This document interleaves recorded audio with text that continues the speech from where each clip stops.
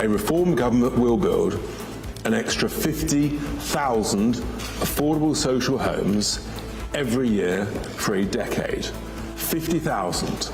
That is more than has been achieved for decades. To the top of the social... Well, British-born married couples under 35 with children will be bumped to the top of the social housing list under new plans announced by Reform UK today. Should foreign nationals be completely banned from social housing? The two police officers who died when a car travelling the wrong way down a dual carriageway crashed into their vehicle are hailed as heroes by their families. Yes, a flurry of reports have linked the crash to the dangerous TikTok joyriding trend after two eerily similar crashes in just 1 week. Is it time to change the law to stop another tragedy unfolding? The government has already spoken to the social media companies, telling them to take down that horrendous content that you rightly say is celebrating dangerous driving on our roads. The Green Party has put forward a motion to take tasers and pepper spray away from frontline police and to scrap the Prevent Counter-Terrorism programme.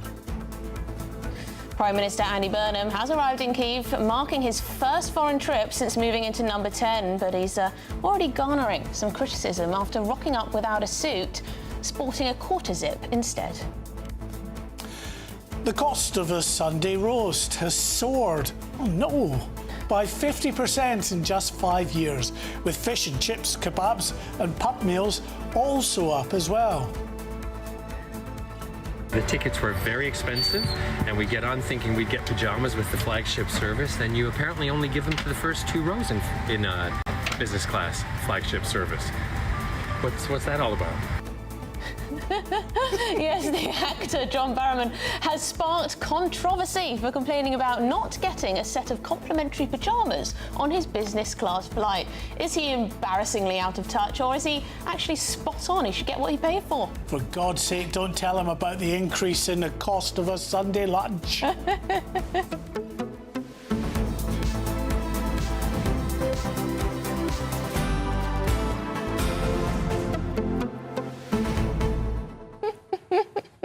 What a silly old man, I'm sorry. I mean, he's been absolutely rinsed Well, online. he deserves to be. OK, right, you paid all that money, of course, for your business class flight. If you want to waste your money on that, of course, you like all these little extras. But have a word with the cabin crew about it. Why put videos on social media showing just how out of touch you are? Because it's the best way to get a refund or a little voucher for your future flight, isn't it? Name and shame online. But instead, he's just had abuse hurled at him. But I think if you do spend thousands of pounds on a business class flight, you should get what you paid for. Mark? Well, yeah, I mean, if I go on a business class flight, I only do it because I want to be able to lie flat. I don't give a hoot about the pyjamas or anything into your little Jim Jams. Oh, and the booze as well, obviously. Well, I think he was complaining about the food, so perhaps the drink wasn't there either. Anyway, do get in touch throughout the show. We've got a lot to talk about. What do you make of these plans by Reform to essentially say, well, to rejig the priority list when it comes to social housing? Should young British-born families with children be right at the top? Because at the moment, a lot of foreign nationals do have access to social housing and they want that to be banned. Let us know your thoughts. GBNews.com/your say. OK, time now for your headlines. Just glancing over, it's the lovely Tatiana Sanchez.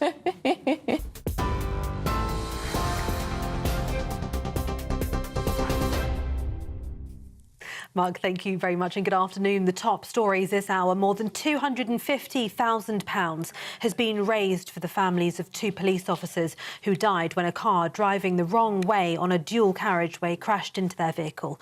37-year-old PC Matthew Blades and 38-year-old PC Tom Clough died when the Volkswagen travelling the wrong way along the A66 near to Middlesbrough collided with their car.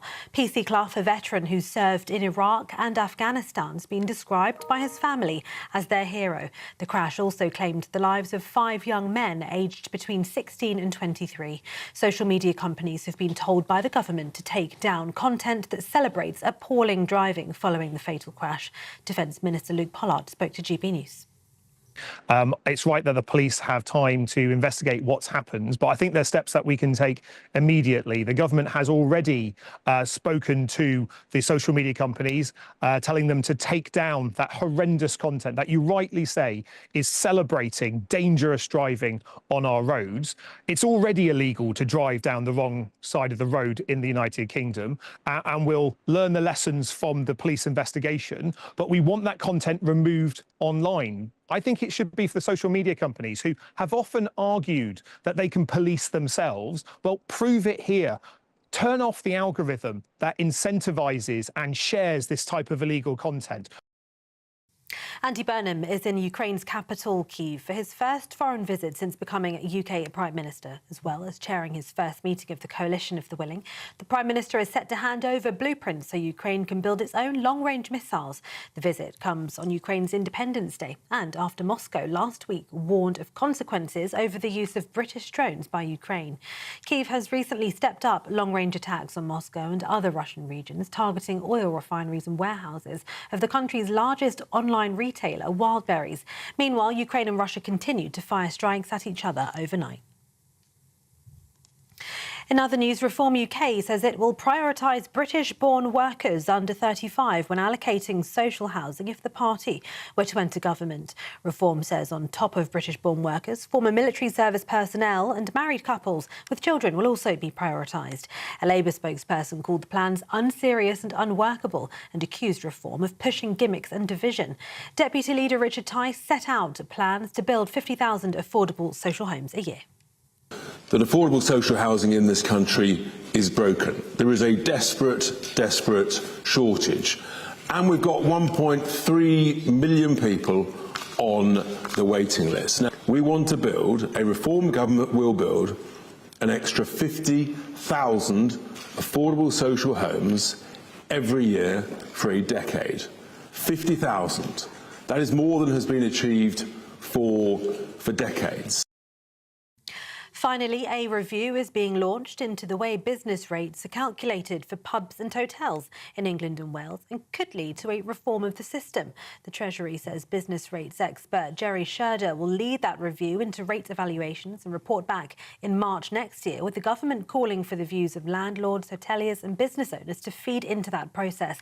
Last month, Andy Burnham announced a 20% cut in business rates for pubs, social clubs and live music venues in England to come into effect in April. Pub groups have argued they face disproportionately higher rates bills, but other businesses have called for a wider reform of the system. Those are the latest headlines. More in half an hour. You can now watch GB News live across the United States of America and the world on Truth Plus. Scan the QR code to find out more or visit gbnews.com/truth.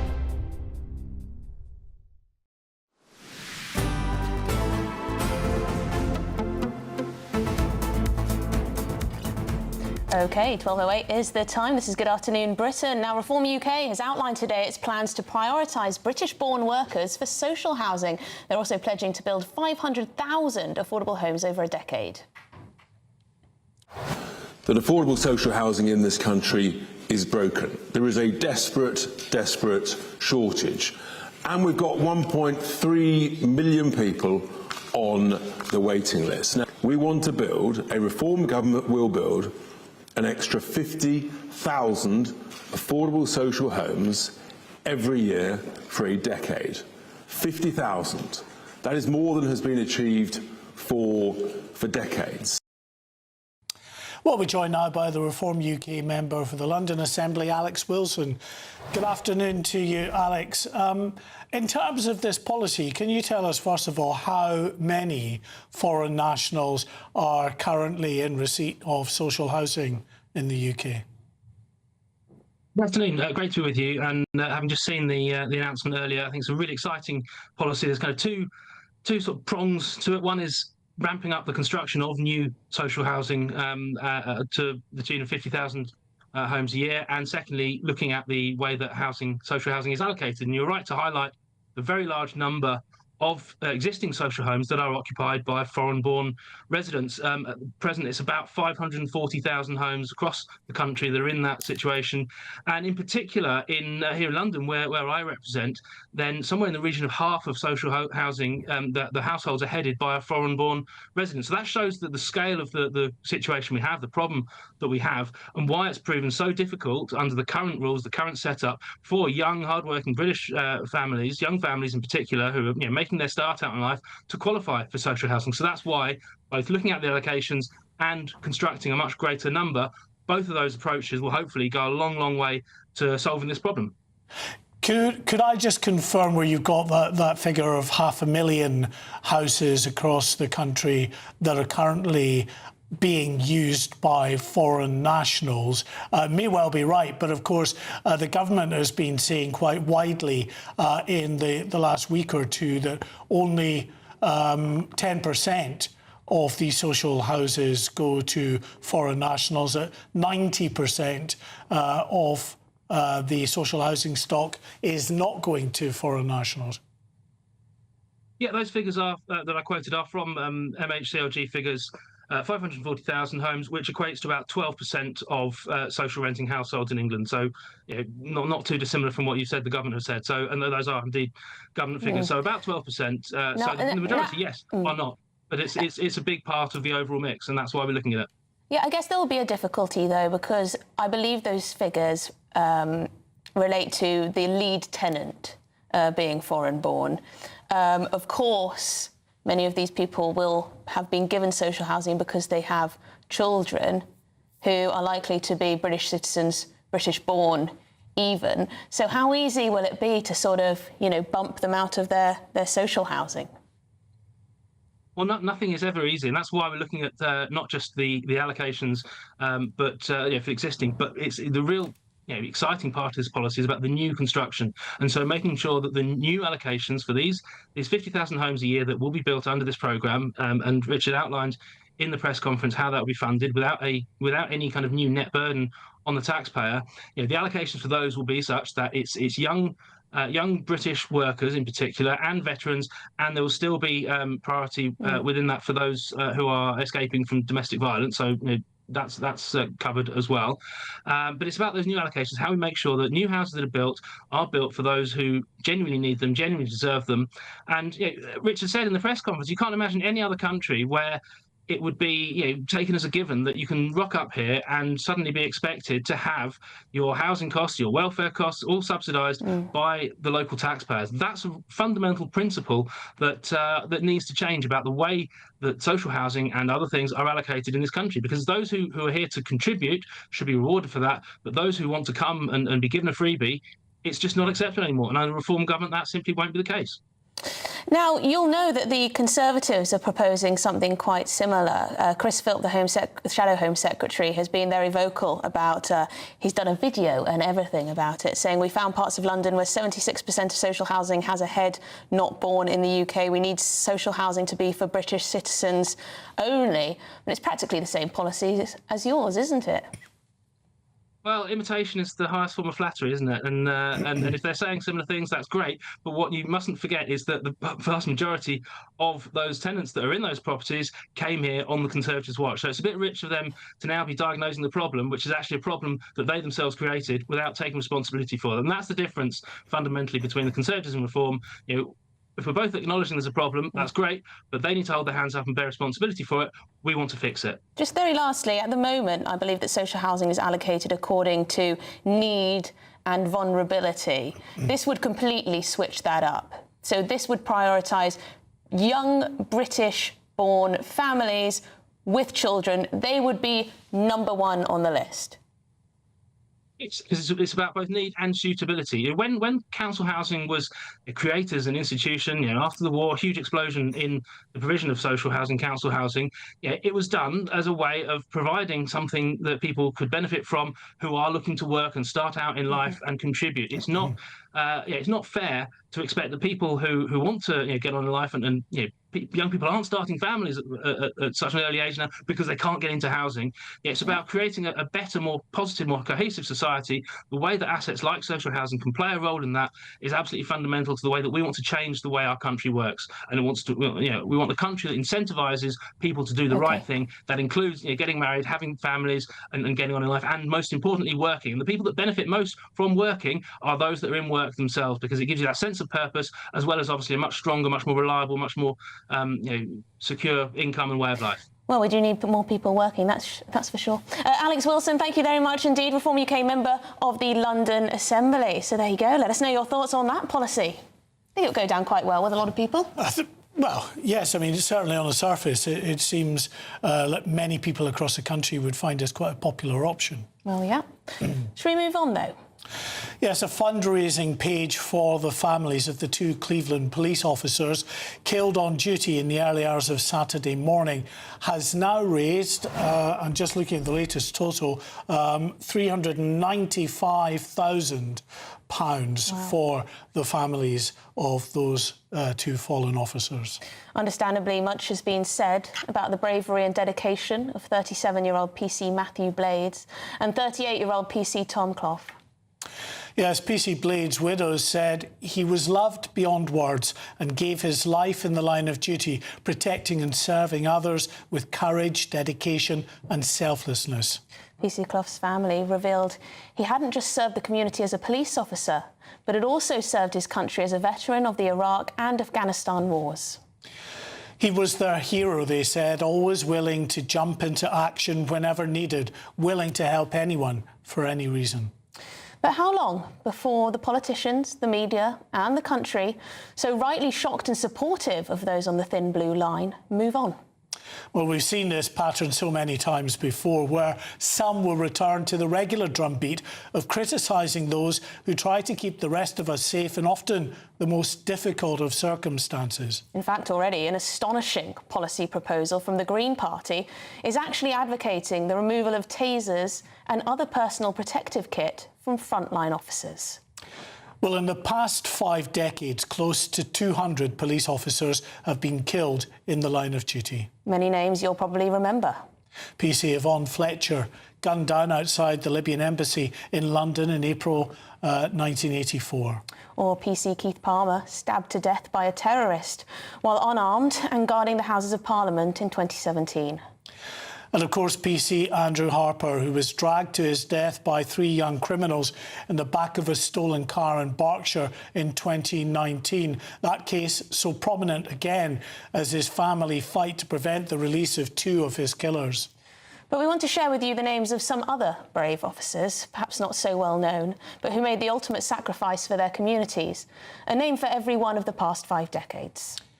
In June 1982, Sergeant David Winter was responding to reports of a suspicious man outside a post office in Old Malton in North Yorkshire. That man, already wanted for murdering another officer, David Haig, shot and killed Sergeant Winter. He was 31.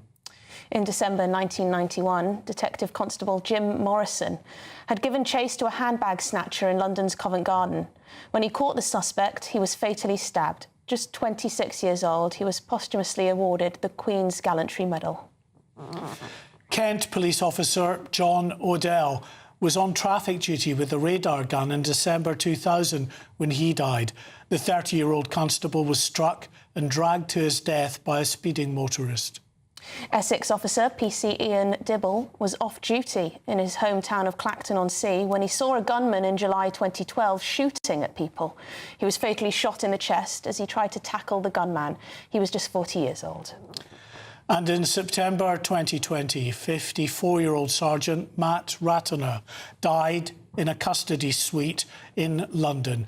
He'd been processing a suspect when the man produced a hidden handgun and fatally shot Sergeant Ratner. Well, that just puts it into perspective, doesn't it? All of these young officers, mostly, in the line of duty, trying to do their best in a very, very difficult job that most of us couldn't do or couldn't do well, and then to be killed. And there's always the same outpouring of shock and grief and solidarity with those on the thin blue line.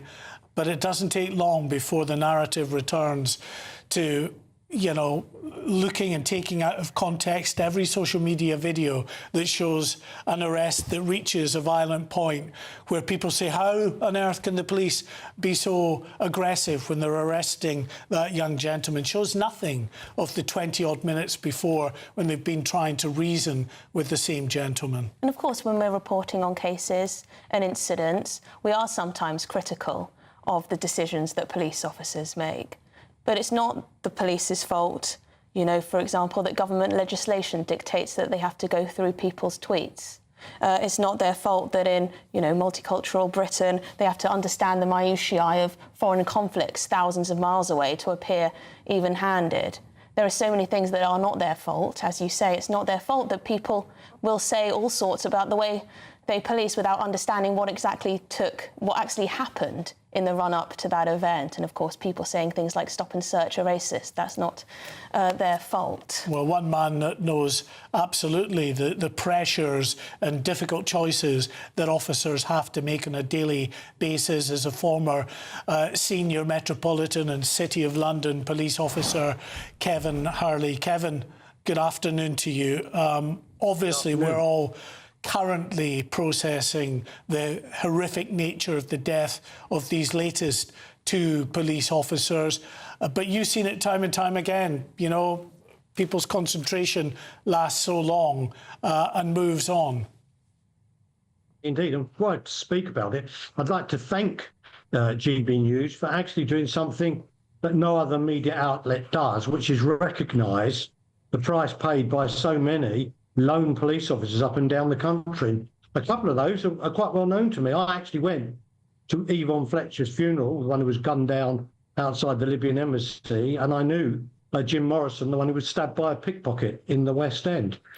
But yes, I mean, what we're about to see is the circle once again is turning. We've already got some family members of the feral scum who were responsible for the deaths of those two police officers wanting to blame the police, despite the fact that they were driving on the right carriageway, unrelated to any chase, and these yobs came down the wrong one. This is what always happens. Kevin, I can understand your passion and your desire to litigate what happened with this latest incident, and people will see and know and make up their own minds. But I just think, you know, out of respect as well, you know, for the families and what they're going through, for those other 5 people who died in that crash, whatever blame they might hold for that, I think we just need to be a little bit more measured going forward. We just want to talk about the wider issue of the way in which the public and, you know, in particular, the politicians and the media will move on so quickly from these incidents and be very quick to judge the split-second decisions that officers make on a daily basis. The lack of understanding, I think, is the real key issue here, isn't it, about how split-second these decisions are. Yeah. You're absolutely right. And I always say, you know, at times like this, when people want to point the finger at the police for whatever reason is, the prisons are absolutely full to bursting. In fact, we're having to let people out on tags left, right and centre. And it wasn't the RSPCA who put them there. It was the police. So in terms of what the police do, they are doing as much as they possibly can within, if you like, the remits of the criminal law. But turning to your other point, the issue with it is, and I remember myself, the first time I ever saw police making an arrest on the street, and I remember it was in Lee Green in the borough of Lewisham, a young girl screaming and fighting, probably 20 years of age. They were trying to put her in the back of a Triumph Herald, I think, or Triumph Vitesse. And I thought, what a terrible scene. But having done that now hundreds of times, I realised just how difficult it actually is to restrain a person and take them into custody. Because what the public don't realise is when the police are trying to arrest someone, they're not having a fight with them. They're trying to minimise the injury to them, which therefore means you need to get 4 and 5 and 6 people on each limb. And sometimes, because they're strong and they're fighting, you need to give them what's called distraction strikes, like punch them or kick them to get their attention. Because when someone gets into that hysterical state and you're trying to control them, that's what happens. And of course, it doesn't look nice. I do think there's a fault, though, on the part of senior police leaders and the Home Office, actually. And it concerns me what we're hearing now about the Green Party saying take away tasers. Well, yes. Police do get enough training in restraint techniques and self-defence. It's much less than I once was taught.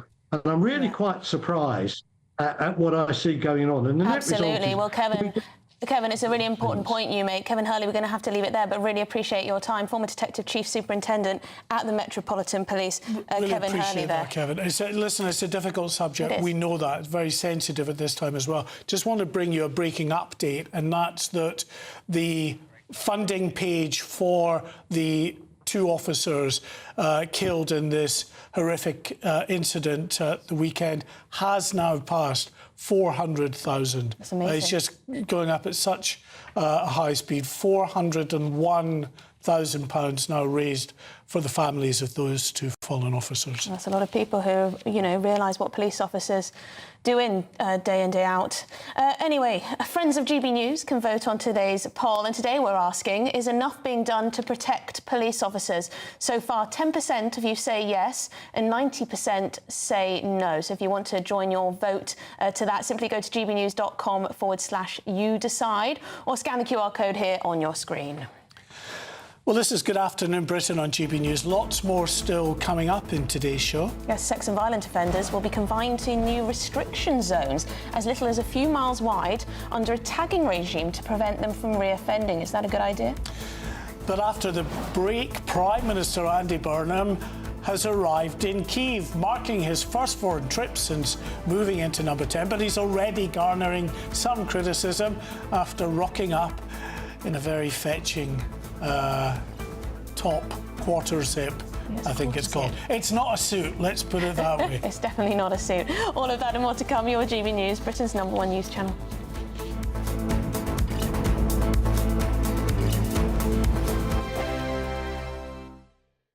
Exciting news. Every Friday, my Patrick Christie's Tonight Show is going to have a twist to it. We're welcoming some special guests. You. That's right, on Fridays I'm going to be doing my show in front of a live studio audience because this show is about you and what you have to say. It's going to be the same big debates, same big topics, same big opinions, but every Friday night at 9 p.m. you are invited to come on down to Patrick Christie's Tonight to be a part of the action. Only on GB News, the People's Channel, Britain's news channel. 5 hosts, 5 opinions, 5 fearless debates, 5 unfiltered takes on the day's news. 5 reasons not to be anywhere else on Saturday night. This is the Saturday 5. You got me good there. Britain's biggest Saturday night TV show. It's not a bad brand. Yeah. Uncensored. Very, very racy tonight. On the unpredictable. What did she say? Can you translate it for us? And always entertaining. And how can a country go from being led by William Wallace Saturday nights from 6 p.m. only on GB News, the People's Channel. Britain's news channel. You're going to want to stay tuned, trust me. Welcome to Free Speech Nation with me, Josh Howard. This is the show where each week we see what's happening in the world of culture, current affairs and politics. First we'll say, welcome to the UK. Oh, thank you. And we're not afraid to use our free speech so that you can use yours. It's not controversial in the slightest to anyone who hasn't lost their mind. Free Speech Nation, Sunday nights at 7 p.m. Only on GB News, the People's Channel, Britain's news channel. Britain is not just a geographical expression. We are a people bound together by history and culture that are distinctively British. Join me to celebrate our music, theatre, artworks and literature, which we can explore and enjoy together. Everybody's welcome. Sunday with Michael Portillo. Every Sunday at 11 a.m. on GB News, the People's Channel, Britain's news channel. As soon as it hits 11 and the headlines come in, The Late Edition brings you the breaking news from all the front pages. because the news is going to happen. So get a head start today. Patrick Christie's Tonight, Late Edition. Alex Armstrong Tonight, Late Edition. From 11 o'clock every night. Only on GB News, the People's Channel, Britain's news channel. You want to know what's really going on in the corridors of power? Labour don't know what to do with you half the time, and that makes you quite lethal in the chamber. Get behind the headlines with Chopper's political podcast. Join me, Christopher Hope, as I sit down with the great and the good of British politics. We'll see where this ruling takes us. These are the stories shaping our nation. Chopper's political podcast, available now on all platforms. Listen in and stay ahead.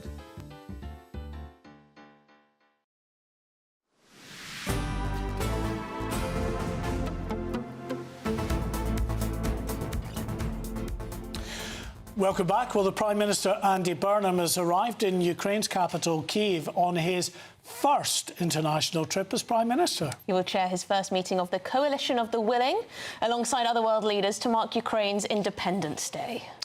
Well, we're joined by the former advisor to the Ukrainian Foreign Ministry, Cormac Smith. Good afternoon to you, Cormac. Good afternoon to both of you.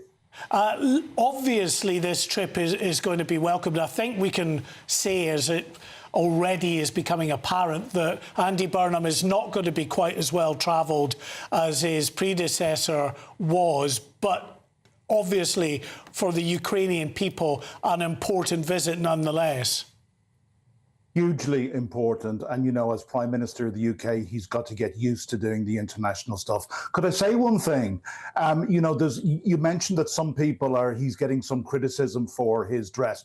Incidentally, very similar to the shirt I'm wearing myself today. Very smart it is too, Cormac. Thank you very much. I can tell you who won't be insulted in any way is the Ukrainians who are meeting him, or the Ukrainian people. And you might have noticed the man who greeted him was Andrei Sybiha, who is the current Foreign Minister of Ukraine, and he was wearing a vyshyvanka. I nearly wore a vyshyvanka for this interview, actually, because it's a big national day in Ukraine today. But no, the Ukrainians will be absolutely delighted that the first world leader that Andy Burnham had to visit the UK was Zelensky, and that the first visit he makes to a foreign country is to Kyiv. They will be absolutely delighted with that. I just wish, being such a great communicator, he would stop with this rubbish for as long as it takes. It is a meaningless phrase. The only world leader who has yet said Ukraine must win, I believe, is Mark Carney, our former governor of the Bank of England. This is a phrase that makes my blood boil, and I would have hoped that Andy Burnham, being the superb communicator that he is, might have known better. So maybe if some of his advisors are listening, they can say, you know, enough of that, along with it, as long as it takes. It's a pretty meaningless phrase, but huge promise here, as Andy Burnham has given us huge promise for other things in the UK. And he's great at symbolism. So the symbolism and the promise of this is great. Let's see what happens. This trip is the licensing deal to allow the Ukrainians to build this new long-range cruise missile, built on the same model as our Storm Shadow missile. The fact of the matter, of course, is this is going to be years down the road before this missile will ever be in use by the Ukrainians, and they're running out of air defence missiles now. Absolutely, yeah. I mean, look, I mean, it's very good news that they're getting the IP properties on Storm Shadow. And I should remind people that the Brits were the first to break the logjam, giving them long-range artillery when we gave them Storm Shadow back in 2023. And I went on various interviews to talk about it. But yes, the Ukrainians are in for a really, really tough winter. Russia is raising its attacks on civilian targets in Kyiv and other cities across Ukraine, and because of the deteriorated relationship with the Trump regime, and also the war against Iran, which has depleted American stocks of the Patriot interceptors in particular.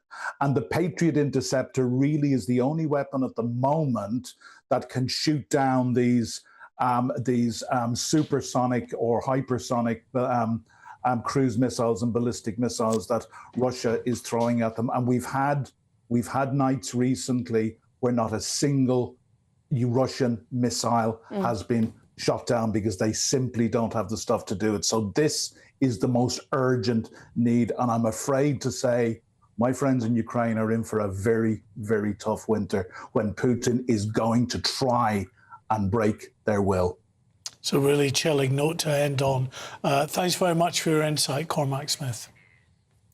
Well, this is Good Afternoon Britain on GBNews. Lots more coming up. Yes, it's understood that Andy Burnham will send mansion tax police to homes to decide whether owners should pay thousands of pounds more under the new levy. Something of the Soviet Union. Yes, I think. Anyway, all of that and much more to come after your latest news headlines.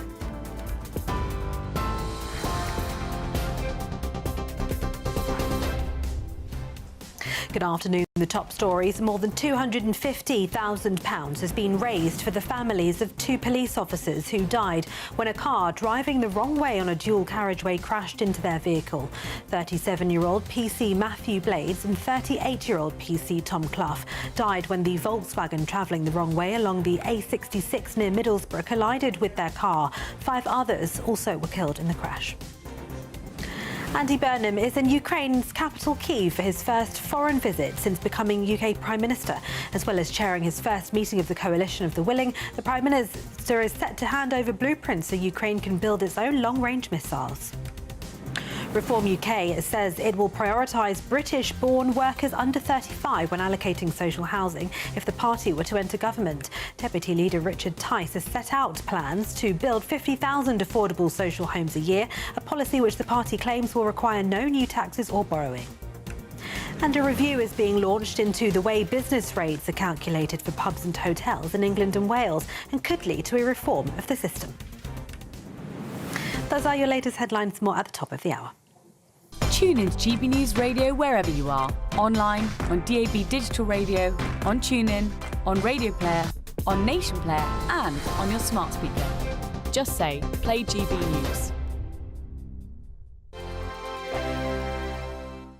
Good morning. Welcome to your latest GB News weather update brought to you from the Met Office. A fine start to the week. Rain is on the way for the end of the week and into the bank holiday. But it is going to start to feel warmer, a little bit more humid overnight as well. So we start to pick more of a southerly wind direction through this afternoon and into Tuesday. High pressure's still in charge though. So after a dry weekend, there'll be more in the way of sunshine through today. Plenty of dry weather as well. Still an easterly wind across the south coast, so a bit breezy across more southern areas of England, but parts of Northern Ireland, Scotland seeing plenty of warm sunshine through today with long-lived clear spells. And it will feel very warm, temperatures in the mid-20s quite widely across England and Wales, in the low 20s further north. Just where we're close to the east coast, it will feel a little bit fresher than that with an onshore breeze. But for most of us, it's going to be a fine end to the day. It was a chilly night last night. It will probably be a bit of a chilly night tonight as well. Though still through this evening, temperatures in the high teens, low 20s. Plenty of sunshine, probably quite a nice sunset as well to end the day this evening.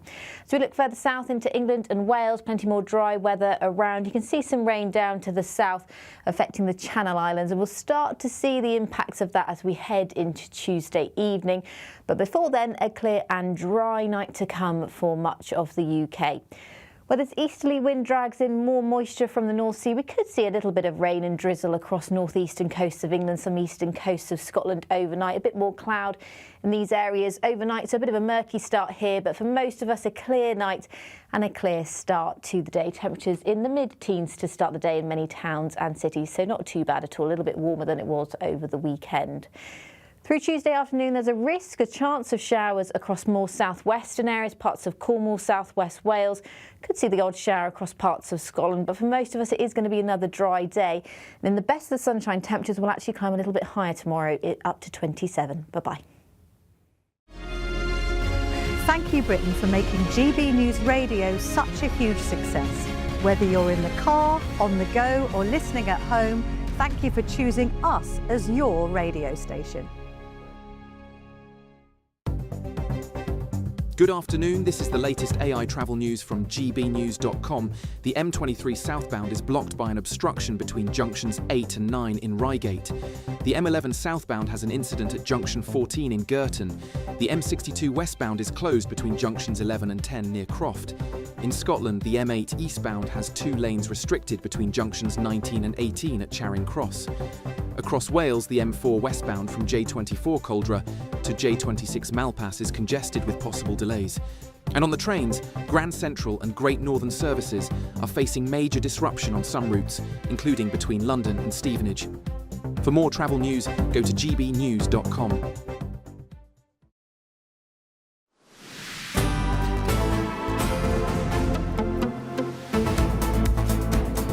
Well, welcome back. Yes, the Prime Minister is in Ukraine, but we're going to head straight to Downing Street now, where GB News chief political correspondent Catherine Forster has just left a briefing with the Prime Minister's spokesperson. Catherine, what's in the in tray today?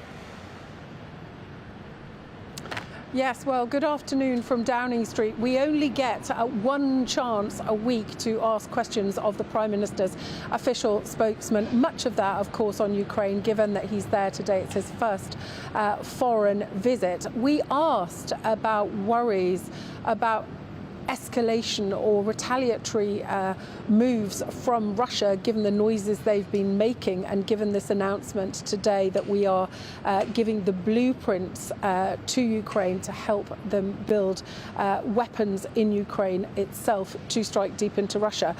They don't want to comment on that at all. They basically say that Russia's actions are a matter for them, but say we're always very clear how we feel about Russia's barbaric actions, and we stand shoulder to shoulder with Ukraine. That's the message that we've heard through 4 different UK Prime Ministers now, and it clearly isn't changing. What we don't know is whether this agreement about the blueprints was taken under Sir Keir Starmer, or if it is a decision that the new Prime Minister, Andy Burnham, has taken himself. A lot of talk too, unsurprisingly, about those horrendous deaths. The 2 policemen, 5 young lives lost in England, 5 young lives lost in Ireland. Last week, we know this horrendous TikTok trend, joyriding, driving on the wrong side of the motorway, and the terrible consequences. The Prime Minister has said that he's horrified and taken a pretty hard line, understandably, towards the social media companies. The Prime Minister's spokesman said the glorification of dangerous driving for clicks and entertainment is utterly disgraceful. We're told that the Culture Secretary, Lisa Nandy, is already speaking to people about this. The Ofcom has been talking to the social media companies, making it clear that this material needs to be taken down, and that Ofcom has the government's full backing, and that platforms have got a legal duty to take this sort of content down. They're not ruling out what might happen if that doesn't happen soon, but we asked if the Prime Minister, who, let's face it, has done plenty of TikTok videos himself, would be reviewing that. We're told that they keep all social media platforms under review. And then just quickly on the EU, on the train to Ukraine, Andy Burnham was travelling with the President of the European Council, Antonio Costa, and he has said that he wants a bolder approach to closer relations with the EU. The government insists that the red lines on no free movement, single market, customs union do stand, but that Andy Burnham is, quote, committed to a step change in relations with the EU that will strengthen our economy and unlock growth in every postcode. That phrase, again, we didn't get anywhere on the reporting that they are set to give a bit on EU student loans. Remember, that's the youth mobility scheme still being thrashed out. The EU would like young people coming from Europe to get the same fees as British kids. It seems like, well, they may get some movement on that, though maybe not the whole thing. And finally, Harry and Meghan's security, they simply will not go there at all. They say that such matters are kept under review. Very interesting indeed. Thank you, Catherine Forster, our chief political correspondent there at number 10 Downing Street. But it is now time for our new Great British Giveaway. Exciting. A new one. I like it when there's a new one. The biggest of the year so far. It's your chance to win a brand new 4-berth motorhome worth £75,000. Not just that, £35,000 in tax-free cash to spend as well. Well, that is definitely the best one to date. I think it's pretty good, yeah. Yeah, Hayley Sparks has all your details. It's brand new and it's the big one. Your chance to win £110,000 in prizes. Our biggest giveaway of the year so far. First, we want you to drive away in this. Courtesy of Marquis Leisure, you could win this brand new 4-berth motorhome. The McClue Fusion comes fully loaded with all of the home comforts you'd expect. Built-in modern kitchen, bathroom, fridge freezer, and it's worth £75,000. But that's just the beginning, as we'll also give you a whopping £35,000 in tax-free cash to spend, save, or just to use to enjoy adventures in your new motorhome. This incredible prize package is exclusive to GB News. You won't see it anywhere else, so make sure you don't miss out. For a chance to win a motorhome and cash, text prize to 63225. One entry costs £2.50 plus one standard network rate message. Or text bonus to 63225. 5 entries cost £5 plus one standard network rate message. Go to gbnews.com/win. Entries start at £2.50. Call 0903 686 3232. Calls cost £2.50 plus your network access charge. Or post your name and number to GB23 PO Box 8690 Derby DE1 9TT. UK only. Entrants must be 18 or over. Lines close at 4 p.m. on the 23rd of October. We may call the winner live after all entry routes have closed. Please check the closing time if listening or watching on demand. Good luck. Well, good luck to you. This is Good Afternoon Britain on GB News. Lots more coming up. Yes, Harry and Meghan's security battle. Will taxpayers foot the bill for them? And their children, of course, for the protection that they need when they return to the UK. We'll have the latest on that. We will indeed. What do you think? But if you're in search of some holiday sun, here's the forecast. Ready to soak up that holiday sunshine? Won't we need some cover? No worries. All sorted. All Clear Travel Insurance sponsors GB News Travel Destinations Forecast. Hello there. It remains quite unsettled across northern and western parts of Europe. Some heavy rain across parts of Portugal and Spain in particular. Plenty of sunny spells across the Canaries on Tuesday. Temperatures around 30 Celsius. The risk of showers still for Portugal, parts of France, but Spain largely dry with sunshine. A few showers also stretching across into northern Italy. Hot in Rome, temperatures in the mid-30s. Plenty of sunshine and high temperatures across Greece as well, staying that way over the next few days. All Clear Travel Insurance sponsors GB News Travel Destinations Forecast. Good afternoon, Britain. Weekdays from midday. Becky, Chad and the beekeepers, Richard, Mohammed and James. Well, thank you all for coming. So tell us what happened.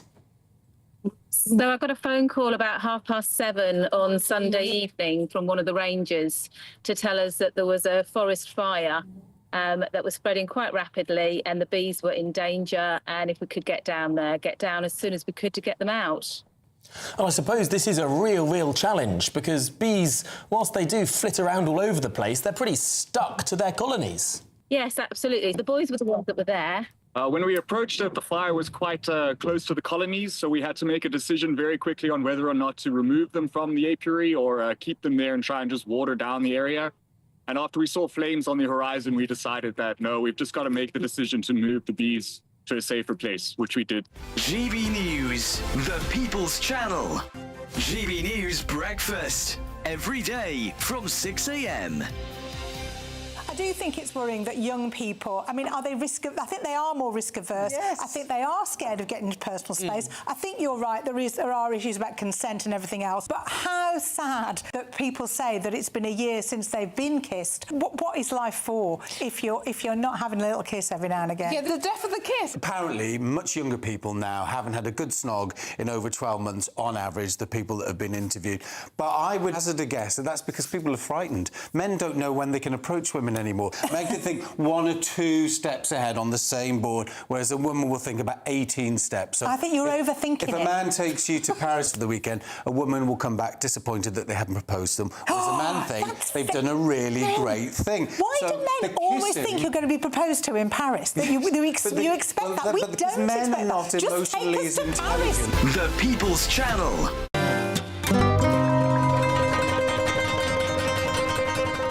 We're only here for like 12 hours. We're flying home at 11 o'clock tonight. Oh, and mummy and daughter. Yeah, and it only costs £70, so we thought, well, why not? Because it's cheaper than a supermarket shop. Supermarket shop or spending the day in Benidorm with cheap booze. It's a no-brainer, isn't it? It's a no-brainer. And is there no chance you might just decide we're going to stay? No, because my husband would kill me. We did consider it because I said to my mum earlier on, we might just stay and miss the flight, but she's not up for it. Has your husband actually visited Benidorm the Zone? No, he hasn't. I've been here 27 times. That's my daughter's first time. She's a Benidorm virgin. But well, my husband's never been. Not that he's told you anyway, let's put it like that. GB News, the People's Channel.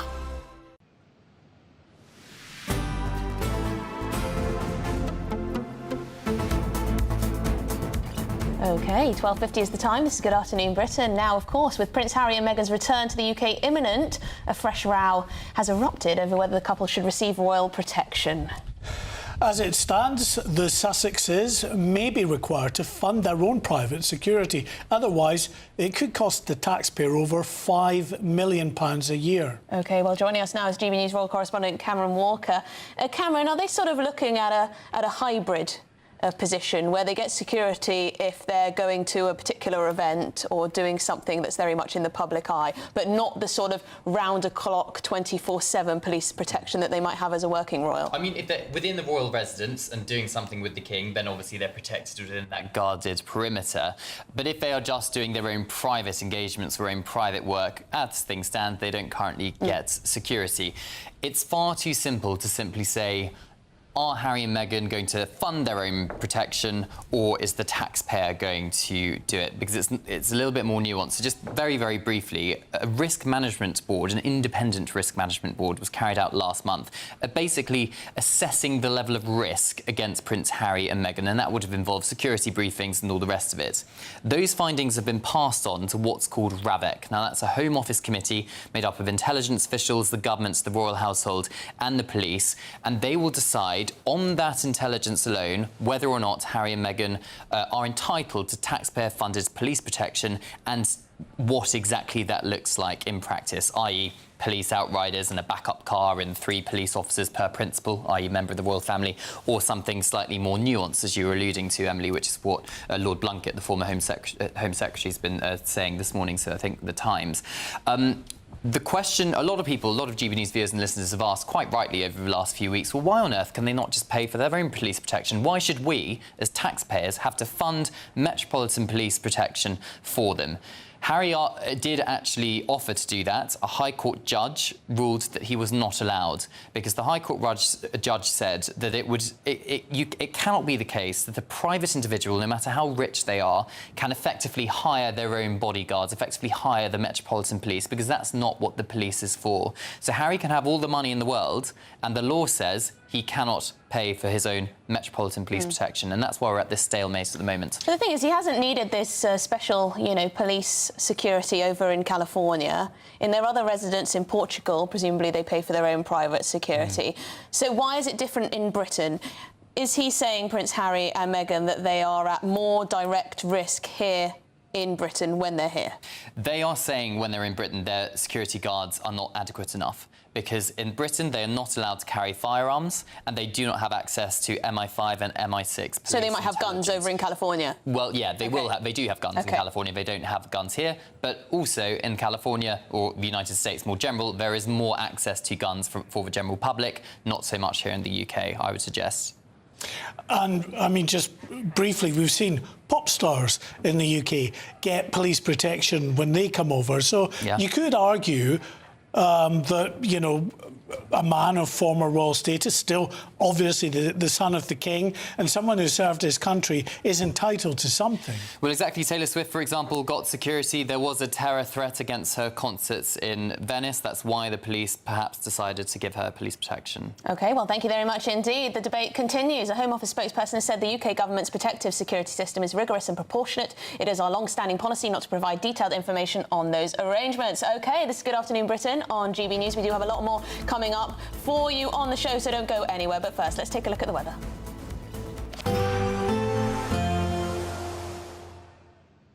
Expect warm spells with the odd rude interruption. Boxed Boilers sponsors the weather on GB News. Hello, good afternoon. Welcome to your latest GB News weather update brought to you from the Met Office. The rest of today is looking dry, sunny and a little bit warmer than it was over the weekend. That is set to change through the rest of this week. Low pressure moves in from Tuesday onwards to bring outbreaks of rain, potentially some thundery downpours. But for the time being, we've still got high pressure just about holding on. So a dry evening to come for much of the UK. We've got an easterly wind though, so we'll feel a little bit fresher across eastern coasts, and that could drag in a bit more cloud and some light rain overnight to parts of northeastern England, southeastern Scotland. And we start to see that showery rain arriving into the south and west by Tuesday morning. But for most of us, it's going to be a dry and clear night, a little bit warmer than it was over the weekend. Temperatures in the mid-teens to start the day for many towns and cities. More northwestern areas of Scotland should see plenty of fine weather to start the day, another sunny start. Further east, though, that's where we've got the risk of thicker cloud, perhaps some light rain as well through the morning. That should ease as the day goes on. For Northern Ireland as well, it's looking relatively dry and sunny. Plenty of sunshine across central and eastern areas of England too, but it's down towards the southwest where there is a chance of some showery rain throughout the early hours. There's some uncertainty in the details of that. I think you can expect at least a shower to push through Tuesday morning. Through the rest of Tuesday, the shower chance continues across southwestern areas.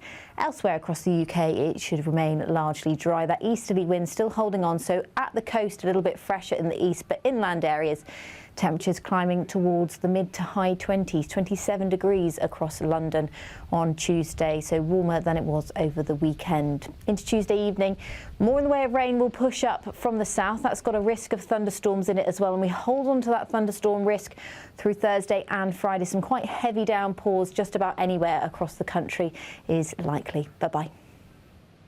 Expect warm spells with the odd rude interruption. Boxed Boilers sponsors the weather on GB News. It's brand new and it's the big one. Courtesy of Marquis Leisure, you could win this brand new 4-berth motorhome. But that's just the beginning, as we'll also give you a whopping £35,000 in tax-free cash to spend, save or just to use to enjoy adventures in your new motorhome. For a chance to win, text prize to 63225. One entry costs £2.50 plus one standard network rate message. Or text bonus to 63225. 5 entries cost £5 plus one standard network rate message. Go to gbnews.com/win. Entries start at £2.50. Call 0903 686 3232. Calls cost £2.50 plus your network access charge. Or post your name and number to GB23 PO Box 8690 Derby DE1 9TT. UK only. Entrance must be 18 or over. Lines close at 4 p.m. on the 23rd of October. Please check the closing time if listening or watching on demand. Good luck. Bold. They are under no illusion. Ray. Are you a human trafficker? Boundless. I've had enough of the nonsense, and I'm not afraid to say it. Don't get this on the BBC. Every weeknight, I tear through the headlines. The smell of gasoline. Should we be worried about it? From Westminster madness to cultural war chaos. What I'm going to do now, they are throwing things out the car as we speak. Get ready, Britain. Here we go. Patrick Christie tonight, weeknights from 9 p.m, only on GB News, Britain's news channel. I've been in Westminster for a long time, but I know that though power may be here, its effect on people's lives is across the whole of the country. We may be where rules are made, but it's where they're implemented that matters. Join me, Jacob Rees-Mogg, for forthright and frank discussion on where Britain has come from, where it's going, and where it will end up. That's State of the Nation, Monday to Thursday, 8 to 9 o'clock. Vox Populi, Vox Dei. From court mornings to warm family brunches. From football to tennis in the car. In the kitchen. GB News Breakfast is there. With the stories you need and the conversations that matter. Anyway, let's talk business. Well, it has been a historic night in British politics. It's astonishing, isn't it? We're here again to start your day just right. GB News Breakfast. Every morning from 6 a.m. Only on GB News. Britain's news channel. You want to know what's really going on in the corridors of power? Labour don't know what to do with you half the time, and that makes you quite lethal in the chamber. Get behind the headlines with Chopper's Political Podcast. Join me, Christopher Hope, as I sit down with the great and the good of British politics. We'll see where this ruling takes us. These are the stories shaping our nation. Chopper's Political Podcast, available now on all platforms. Listen in and stay ahead.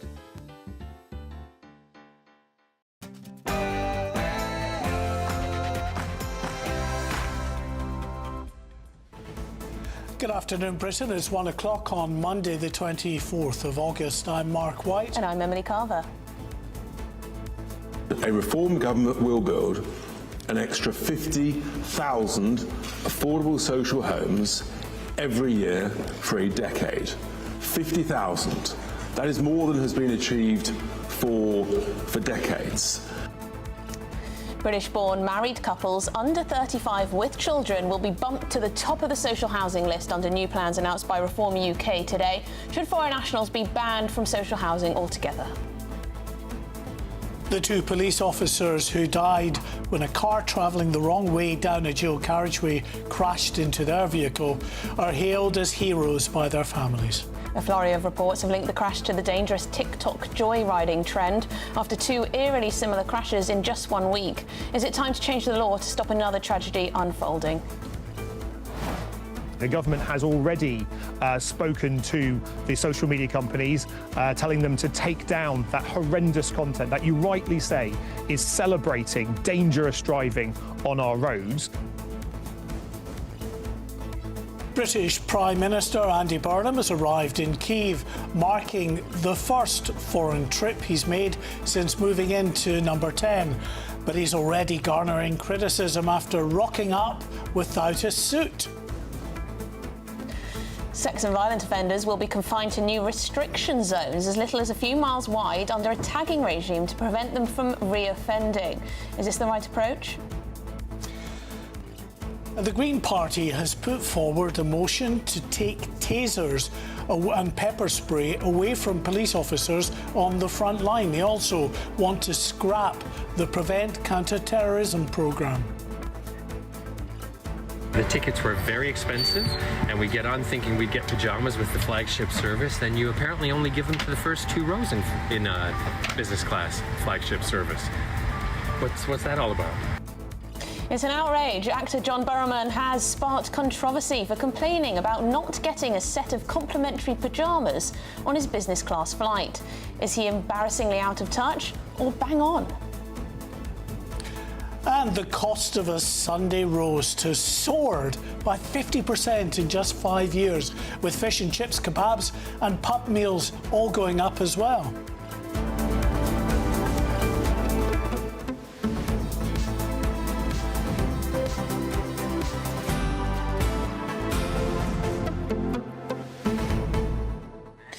Yes, so the Sun newspaper has crunched the numbers on this one, Mark. A roast beef family lunch 5 years ago would have cost you £14.99 to make.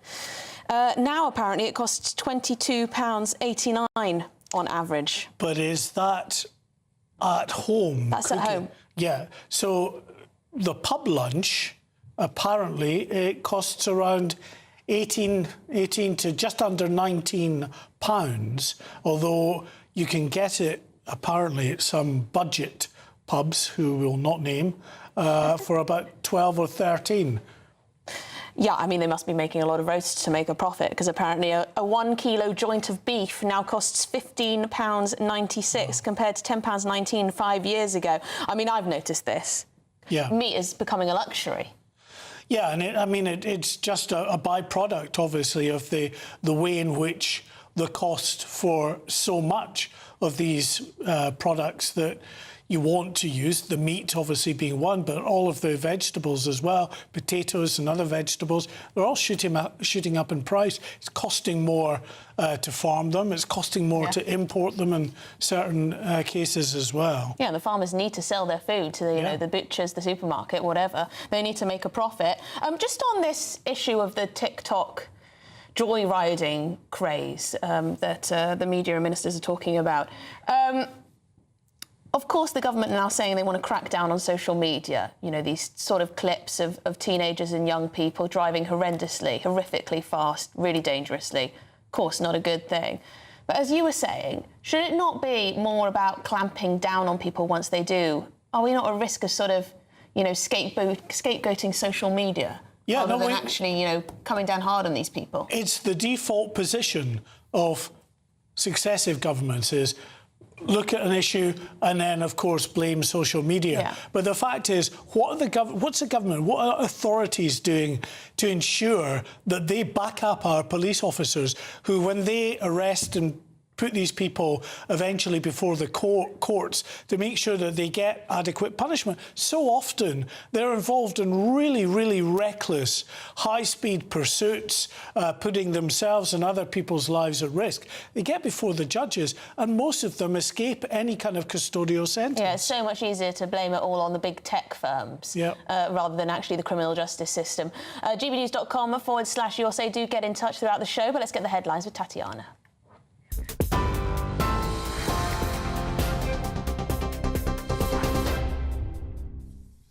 Thank you very much and good afternoon. The top stories. Social media companies have been told by the government to take down content that celebrates appalling driving following the fatal crash on the A66 near to Middlesbrough on the weekend. 37-year-old PC Matthew Blades and 38-year-old PC Tom Clough died when the Volkswagen travelling the wrong way near to Middlesbrough collided with their car. PC Clough, a veteran who served in Iraq and Afghanistan, has been described by his family as their hero. The crash also claimed the lives of 5 young men aged between 16 and 23. More than £250,000 has been raised for the families of the 2 officers who died. Defence Minister Luke Pollard spoke to GB News Breakfast. It's right that the police have time to investigate what's happened, but I think there's steps that we can take immediately. The government has already spoken to the social media companies, telling them to take down that horrendous content that you rightly say is celebrating dangerous driving on our roads. It's already illegal to drive down the wrong side of the road in the United Kingdom, and we'll learn the lessons from the police investigation, but we want that content removed online. I think it should be for the social media companies who have often argued that they can police themselves. Well, prove it here. Turn off the algorithm that incentivises and shares this type of illegal content. Well, during a visit to Kyiv, Prime Minister Andy Burnham has said that people who share footage glorifying dangerous driving are doing something that's truly reprehensible. Meanwhile, in other news, the Prime Minister has promised to keep up the pressure on Russia despite Moscow's outrageous threats on his first official visit to Ukraine as UK Prime Minister. He will chair a meeting of the Coalition of the Willing and is handing over blueprints so Kyiv can build its own long-range missiles. The visit comes on Ukraine's Independence Day and after Moscow last week warned of consequences over the use of British drones by Ukraine.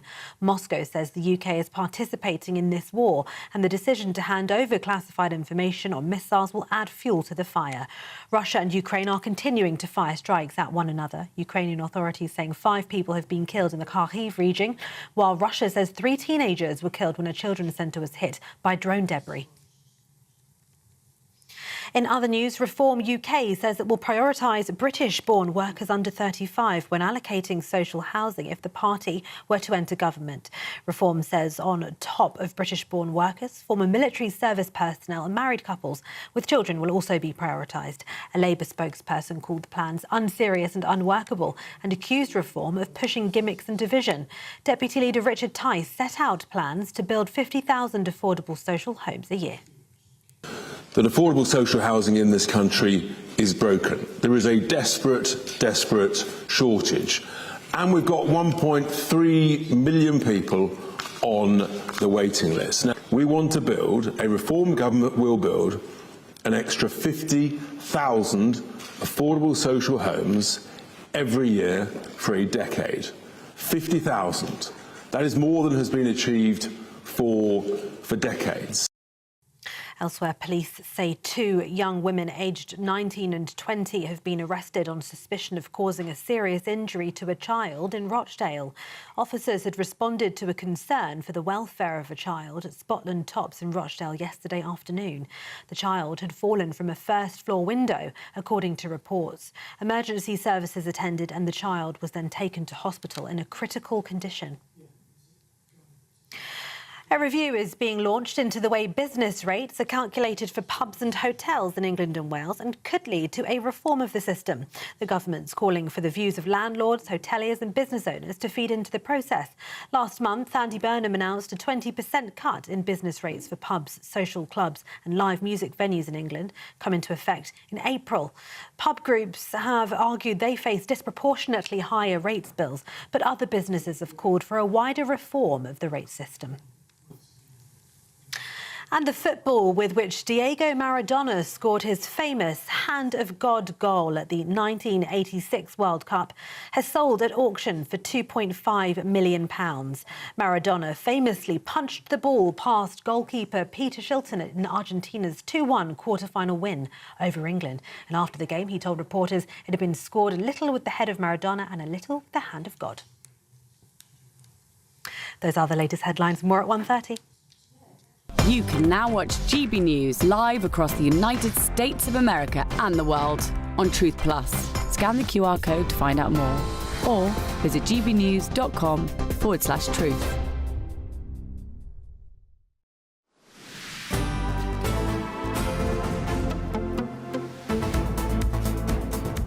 All right, welcome back. This is Good Afternoon Britain. It's 1:10. Now, Reform UK has outlined its plans to prioritise British-born workers for social housing, and they're pledging to build 500,000 affordable homes over a decade. That affordable social housing in this country is broken. There is a desperate shortage. And we've got 1.3 million people on the waiting list. Now, we want to build, a Reform government will build, an extra 50,000 affordable social homes every year for a decade. 50,000. That is more than has been achieved for decades. Well, we're joined now by the former Labour MEP, Sean Spears. Good afternoon to you. On the face of it, the issue of social housing for British nationals probably going to be pretty popular across the country. Don't you agree? I hope not, because it's creating a class of second-class citizens, isn't it? I mean, you know, maybe I'm biased because I was born abroad, so I'm not sure where I'd fit in. But I think 90% of social homes are occupied by people born in Britain, but to start creating sort of second-class citizens because people are born outside the UK seems really dangerous. And I think it's profoundly un-British, really. Well, actually, they said that they would... Are we going to deprive them of citizenship as well? Well, actually, they said that if someone was born abroad but to British parents, then that would be carved out as an exception as well. That would be included in this rule. Well, yeah, but they're also saying that some people born abroad aren't British. So... Well, the thing where you draw the line. The thing is, somewhere in some parts of London, almost 3/4, actually exceeding 3/4 of social housing is headed up by a foreign-born tenant. In the whole of London, it's something like 46-48% is to a foreign-born tenant. Surely the whole point of immigration is to boost our economy, not to bring in huge numbers of people who are going to be a net drain. Well, I think the idea that people living in social housing are a net drain is fundamentally wrong. You know, how many health workers live in social housing? Why should social housing just be residual? Social housing, before the council houses were sold off under Mrs. Thatcher, social housing was kind of for everyone. It was just a normal way to live. It made a profit for local authorities.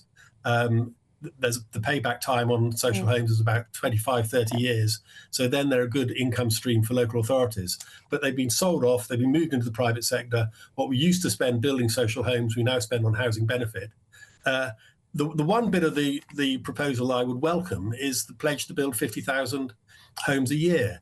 But if they're going to give a 30% discount to people who've lived in social homes for 5 years, that's a hell of a loss to the local authorities or the housing associations who built them, because the payback time is a lot more than 5 years. So I think the economics of it, quite apart from morality, which I despise, is sort of Trumpian, but the economics of it, I don't think add up. And by the way, you're going to get these people out of social homes. They've got to live somewhere. They go to the private sector. Private rented sector is much more expensive. Then there's a net drain on the state for housing benefits. Like most people have to make their way in the private sector. Most people have to, you know, a lot of young people have to share a room in a house and don't have any sort of private space for themselves. That's the reality of a lot of working people who aren't taking any benefits or housing allowance from the state. I just wonder if, surely it's fair for the British government to prioritise British-born people. I mean, governments around the world prioritise those people who were born in their own country, surely.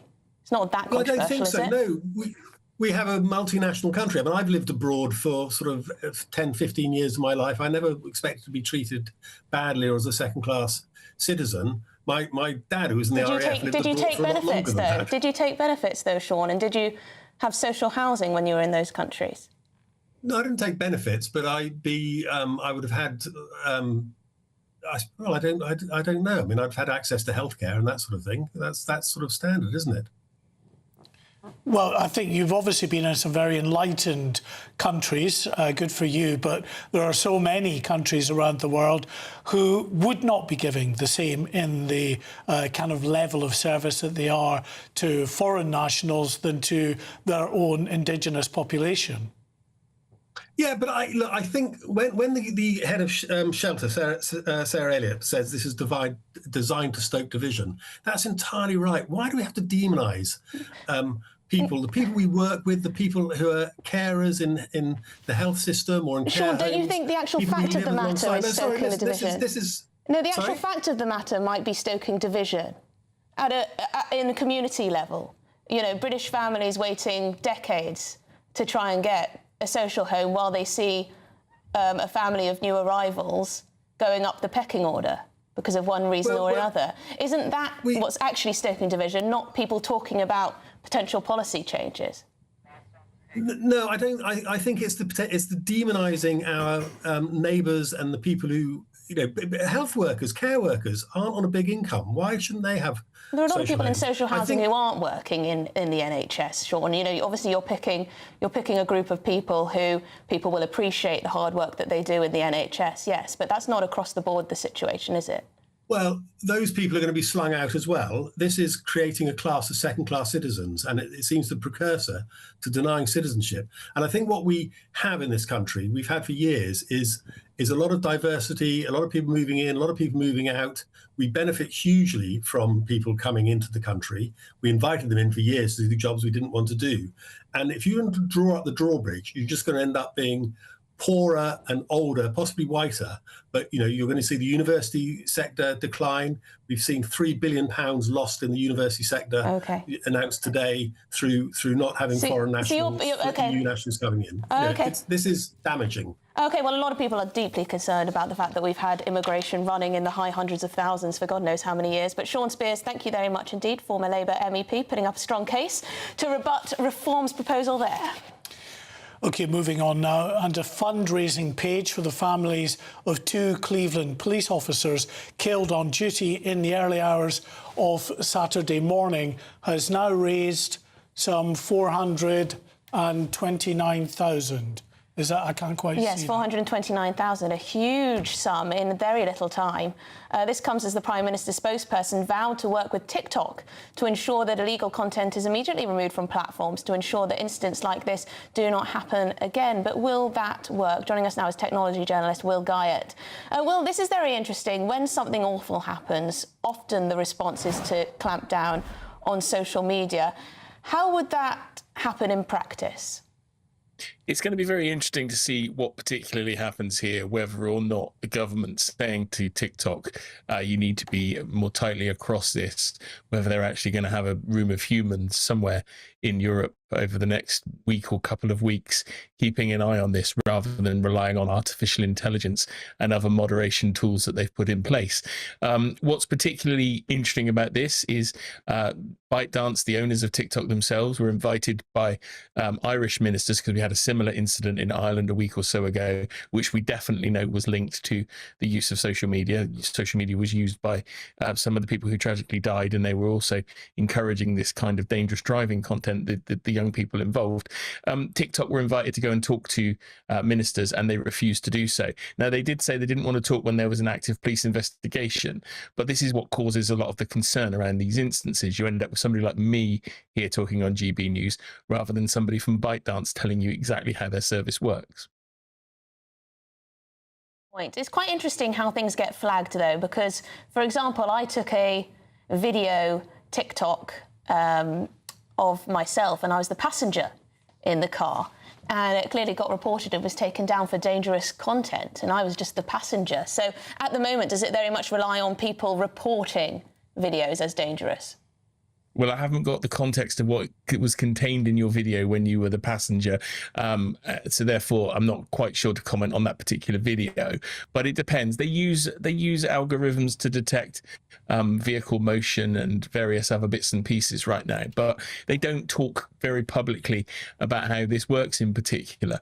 But the thing that's sort of really important for me is to keep perspective on this scenario. There have been some cases of content in Ireland which have been fueled by gangs competing with each other on social media, stealing cars, behaving badly on roads, those kinds of things. But people keep asking me to come and talk about a trend. It isn't a trend at the moment. There's a couple of copycat cases, and the social media companies like ByteDance, who own TikTok, have to do more to get that stuff off of their platforms. Now, they claim 99.1% of all illegal content like this is removed from the platform before it even gets reported. But we've seen evidence in Ireland of videos that they have removed after they've been reported. Do you think this is more a case of politicians once again going after the low-hanging fruit of blaming social media, that is the root of all evils, when actually maybe something a bit closer to home, like the way in which government policy on prosecuting and not jailing those involved in such offences is maybe more of a driver to people acting recklessly? Yeah, social media is low-hanging fruit. You're accurate in saying that. I do think the social networks need to do more, just to be clear. But when you get government ministers screaming, get them to turn the algorithm off, they clearly don't understand how the technology works and therefore probably shouldn't be commenting.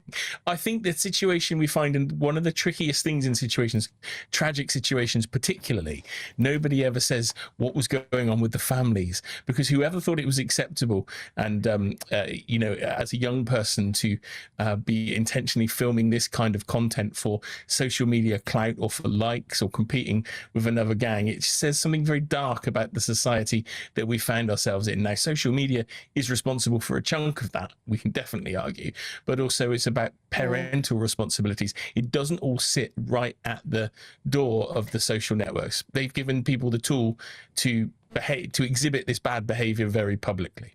Yes, absolutely. Will Guyatt, thank you very much indeed, technology journalist. Yeah, I mean, the question really is, are people doing this because they have TikTok, or would they be doing it anyway, but they're just broadcasting it via TikTok?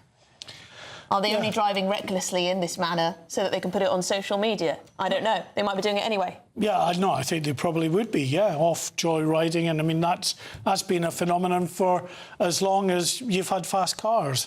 And young guys, usually, behind the wheel. Well, yes, so maybe the real question to ask is whether young men should be allowed to drive. Well, they've got to learn sometime.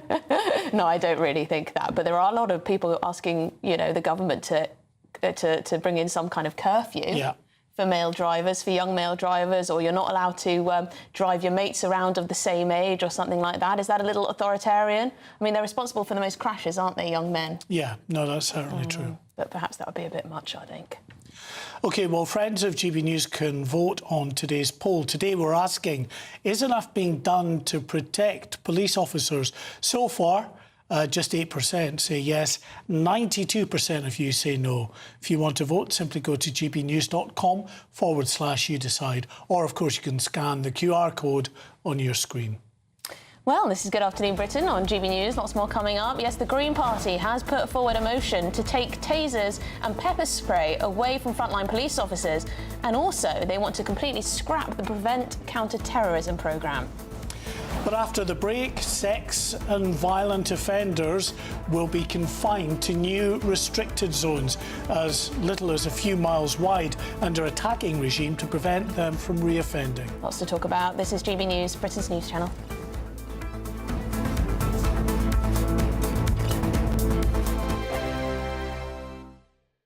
Exciting news. Every Friday, my Patrick Christie's Tonight Show is going to have a twist to it. We're welcoming some special guests. You. That's right, on Fridays I'm going to be doing my show in front of a live studio audience because this show is about you and what you have to say. It's going to be the same big debates, same big topics, same big opinions, but every Friday night at 9 p.m. you are invited to come on down to Patrick Christie's Tonight to be a part of the action. Only on GB News, the People's Channel, Britain's news channel. Some people enjoy lazy Sunday mornings, but not me. What's the truth of the matter? So that's a very live question. Would you support him if he waters down these plans? Before the spin sets in, I'll be getting to the truth. This is personal. No soft questions, no easy answers. It's one thing if the state has rules in this country. It's another thing whether the police and others actually police them. Setting the agenda and holding those in power to account. You can't really blame her if the system is set up this way. You will not want to miss it, trust me. The Camilla Tominey Show, Sundays from 9:30, only on GB News. From the school run to the home run, watch a new show for all of Britain. He can say whatever he wants. A straight-talking show where all voices are heard. And, you know, when are we going to stop talking about smashing the gangs and actually do it? With the stories that matter from every part of our country. There's a bit of a crash landing there for your Chancellor. Bold, fearless and standing up for you. That's me, Martin Daubney, 3 p.m. till 6 p.m, weekdays, here only on GB News. The People's Channel, Britain's news channel. Britain is not just a geographical expression. We are a people bound together by history and culture that are distinctively British. Join me to celebrate our music, theatre, artworks and literature, which we can explore and enjoy together. Everybody's welcome. Sunday with Michael Portillo. Every Sunday at 11 a.m. on GB News, the People's Channel, Britain's news channel. As soon as it hits 11 and the headlines come in, the late edition brings you the breaking news from all the front pages. Because the news is going to happen. So get a head start today. Patrick Christie's Tonight, late edition. Alex Armstrong Tonight, late edition. From 11 o'clock every night. Only on GB News, the People's Channel, Britain's news channel. At the stroke of midnight, the news doesn't stop, and neither do we. Day in, day out. Forget stuffy late night TV shows. We're giving you a front row ticket to the centre of the political universe. Because breaking news doesn't wait for the morning. And neither do we. Join us for one of the most controversial and volatile times of politics in human history. A very big story. Big story over here. You won't get this anywhere else. The Late Show live at midnight, every night. Only on GB News.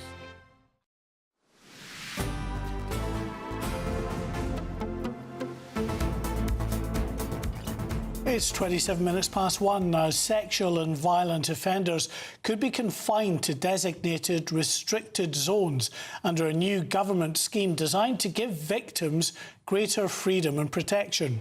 Well, Justice Secretary Alex Norris confirmed yesterday that from October, offenders could be confined to areas just a few miles wide after being released from prison. This new scheme goes beyond the current practice of imposing exclusion zones which ban offenders from locations such as a victim's home or a place of work. OK, well, we're joined now by the director at the Women's Rights Network, Heather Binning. Heather, thank you very much indeed for joining us this afternoon. What do you make of this proposal? Do you think victims of sexual crimes and violent offences will feel safer? No, I don't. But I think this is actually a move forward. Whilst there is a lot wrong with it, I would like to point out that I welcome the change of focus from the victim to the perpetrator. So rather than the victim saying you've got to keep yourself safe by staying in this area, he's not going to, or the perpetrator is not going to be allowed in this area, to focus on the perpetrator and say you cannot go beyond this. That's good. That's welcome, and I think a good change of focus to trying to control the perpetrator more. Now, it may be that there is some evidence that this is going to be easier for them to manage, but we do know the National Audit Office had said just in July 2026, brought out a report saying that the electronic monitoring system is not working as intended. There are thousands of individuals not actively being monitored despite having a tagging requirement. And the company that does the tagging is Circle. We all know Circle. It's a private company, is making profit out of this, and it's a system that is failing. So there is much wrong with that and much to be unpicked, but unfortunately that takes too long a time. The victims and future victims, because let's not forget Simon Levy and the catalogue of errors and mishandling of Simon Levy. He was being monitored. He wasn't electronically tagged, but he was being monitored by the police in the community, and they had downgraded him as a risk before he murdered two women. So police resources, it feels to me that this is, whilst there's a change of emphasis, it is pushing the can down the road, pushing it to somebody else, make it somebody else's responsibility. Ultimately, who is going to respond if there is a breach of this restriction? Is it police? Is it probation? Who's got the authority? What happens to them? Do they go into prison?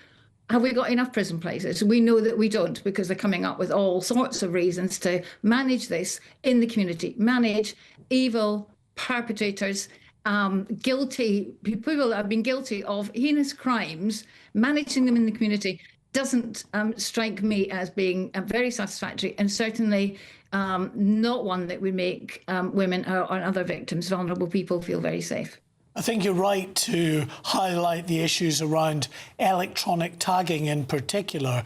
We know that that is missing tens of thousands of offenders who are not being properly monitored by these private security groups. And the truth of it is, which is all the more worrying, tens of thousands more people are going to be released early from prison, and part of the deal, supposedly, is that they will be electronically tagged and monitored in the community. If it's not working for so many people at the moment, how can we have any kind of confidence that it will work for others, including those sexual offenders? Well, I agree with that entirely. Now, we do know that following, clear public opinion that didn't welcome this, that the government have restricted those that are guilty of the most heinous crimes not to be part of that early release scheme. But we do also know that, we struggle to get, for instance, rapists charged, go to court and end up in prison. But we know that people going to prison don't serve the full times that they've been set, as a whole, don't serve the full times that they've been set. So clearly our prison system cannot go. And I would, I would quite like to see a lot more investment being made into just what is wrong with the prison estate. Why is the prison estate not working? What other resources are being offered to these people? Do they just go on to get locked up for a while and then get let out? Is there, remedial actions, remedial courses and training taking place to try and change some of these behaviours when they come out? No. OK, Heather Binning, thank you very much indeed for your time, Director at the Women's Rights Network there. Appreciate it. Thank you, Heather. I just think the sentencing for rape and sexual assault should be far, far tougher. Yeah. You hear sort of 5 years here, 6 years there, 7 years there. They're going to get out in a fraction of that. And it's just the most hideous crime. Yeah, I don't think any of them should ever be considered for early release. It just, what kind of... We'll have a man grabbing a woman off the street, essentially, or off a beachfront or whatever, raping her, some taking video clips of it, and then they get, a sentence that is just a few years. Yeah. And how much more traumatising is that for a victim to then find that that few years, which they felt was not sufficient sanction, would suddenly be reduced even further. I mean, it's just, you know, beggars belief. It absolutely does. Doesn't make people feel safe. But let's hear from the Prime Minister, who's been speaking earlier today from Ukraine. I will chair a meeting of the Coalition of the Willing as Prime Minister, and that will be a main topic of conversation. What can we all do to work together to give Ukraine that defence capability that it needs? It is in a position where it needs more support, but obviously we are, as a coalition, there to provide that support when Ukraine needs it. So that will be a main topic of the conversation today. And British weapons, British defensive capabilities? Well, we are providing support in whatever way we can, and we've made an announcement today about the licensing agreement that we've come to, so that Ukraine can build more of its own weapons here. We're continuing to help on every level and in every possible way. And on that licensing agreement, you'll know there's been increased threats from Russia towards the UK. They've responded today saying that an announcement allowing that technology for those French long-range missiles is adding fuel to the fire in this conflict. So are you worried about the increasing threats from Russia towards the UK? Well, we're unwavering in our support, and that is why I am here, to send that very clear message to the Ukrainian people on their Independence Day, their 35th Independence Day. And we are just continuing what we've done from the start. We have been there from the start, providing that backup support. And this is technical support, going with what we've been doing from the very start. And we'll continue to do that. Nothing will change that. Who started the fire? That's the question, isn't it? Ukraine did not do that. Russia began this illegal invasion, and that is absolutely clear, and they could stop it at any given time. Britain will never be a fair weather friend. People would expect me to be out here showing our unflinching support, and that's what I'm doing. But should Brits be worried about the UK getting dragged into this conflict? It's about doing what is right and standing behind Ukraine when they need our support, and that is what we did at the start of the conflict, and it's what I am continuing on the back of what previous Prime Ministers have done. People would expect Britain to do that because, after all of our safety is at stake here when it comes to what is happening, and we need to take that firm approach and not, as I say, be a fair weather friend. Just finally, on the domestic front, what can the government do to stop social media companies allowing posting of videos that glorify joyriding and reckless driving? Well, firstly, can I say it was a devastating incident in the northeast, and our thoughts are with the families of everyone who's been affected. 2 police officers serving their communities, really heartbreaking. The investigation is ongoing, and there's a limit to what I can say at this time. But of course, anybody who glorifies dangerous driving is doing something that is truly reprehensible and unacceptable. In time, we will come to all of the issues involved here, but at this moment in time, it's right for the investigation to take its course. Prime Minister, thank you. Thank you. OK, Prime Minister Andy Burnham there in Kyiv. You'll notice, of course, that he was suited and booted.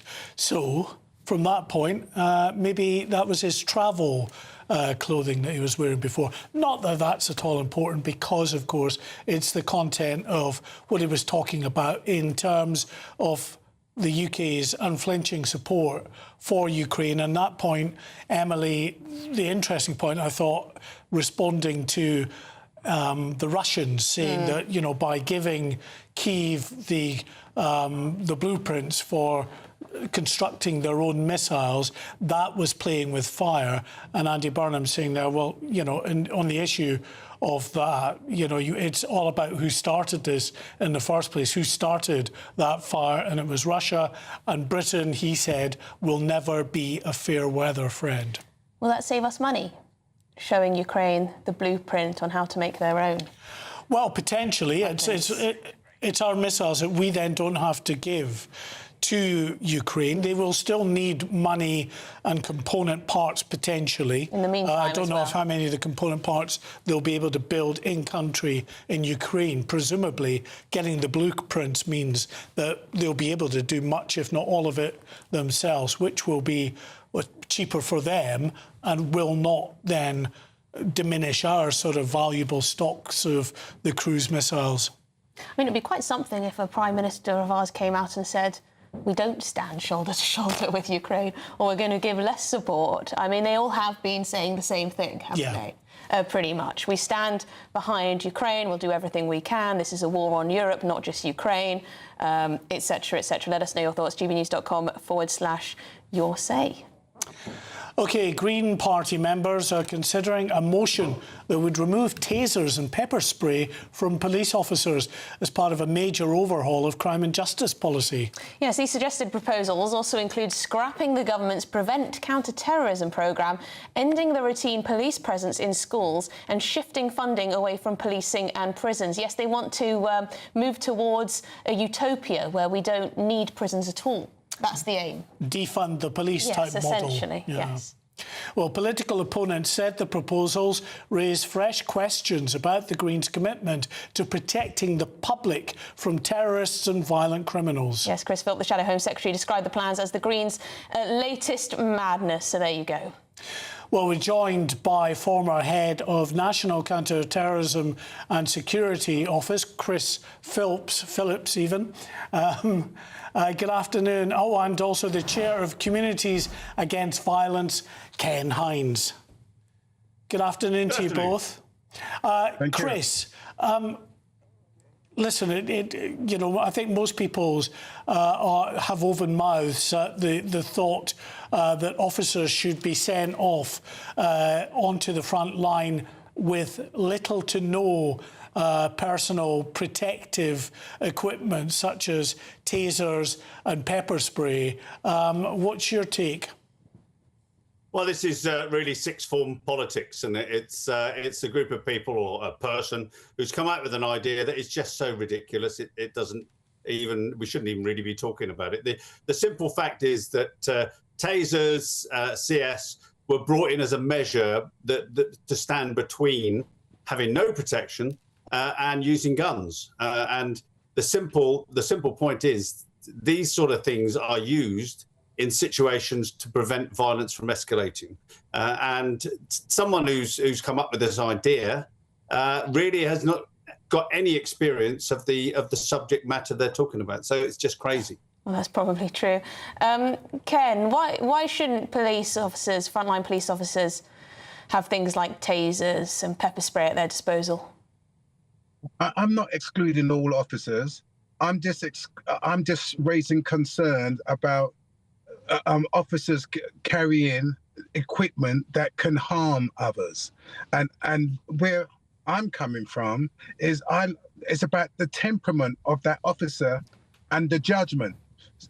And as a person who has actually been in the front line, actually talking to some of these new recruits and seeing that they're not quite ready to be put in that position to make that kind of split decision. And I've seen all too often, sadly in the past, that in some cases that means other people like Mark Duggan and Chris Cabba can lose their life. When hang on, a taser and pepper spray can't do long-lasting damage, can they, Ken? I mean, they're quite sort of weak options on the scale. Absolutely they can. Anything that you put on the person, you don't know what condition that person on the receiving end is in at that particular time. So anything that you give that can cause harm can also cause death. And we see all too often. What I'm just saying is that I would believe that any officer that's carrying those sort of weapons should have more psychological evaluation. I hold them to a higher standard than I would hold myself in that given testing situation. And I would expect, as a member of the public, that we will be concerned giving them that sort of power. But Ken, just before we go back to Chris, Ken, just before we go back to Chris, one of the sort of the upshots of what you're suggesting here is that when the police get called to someone with a weapon, a knife or whatever it might be, the default position, when you take away tasers and pava spray and whatever else an officer might need to defend themselves and the public, is you get an armed response unit, and they have with them lethal firearms. So the upshot of that might be more people dying of a police bullet than being subdued by a taser. Look, I'm not quite sure what point that you was making there, but if you don't allow police officers to have a taser, how do they defend themselves against someone with a knife other than call in armed support who may shoot these people dead? I'm making that distinction. I'm talking about that not all officers. I'm talking about, let's look at their temperament. Let's look at their factors that we think is important about being able to de-escalate. If they've got a bad temperament, Ken, then they shouldn't be a police officer at all. You know, if they're not to be trusted, or they have this awful temperament as a police officer, they shouldn't be in the job at all. So that's almost a moot point. But Chris, just coming back to those points, clearly Ken worried that these they do slip through. They do slip through the system. Well, yes, and unfortunately there are a lot of very aggressive and dangerous criminals out there that the police officers have to deal with every single day, day in, day out. And I think it is absolutely unreasonable for them not to have some kind of defensive, if you want to call it a weapon or, tool at their disposal. I mean, pepper spray at the very least. They're going to always get it right without. Okay, yeah, well, no one's ever going to get everything right. No one's ever going to get everything right. That's a silly argument. Chris Phillips. What would you say, though, to Ken's point that these tools, whatever you want to call them, weapons, tasers, whatever, could be used in a malicious way, in a bad way, in a way that they're not trained to use them? I mean, the only point I can take out of that really is the recruitment of police officers. And I have no doubt the recruitment has been very, very difficult and people have got through the net. I have no doubt about that right through history. Bad people have become police officers and, of course, bad things have happened. But that doesn't take us away from the fact that we expect the police to protect themselves and to protect us.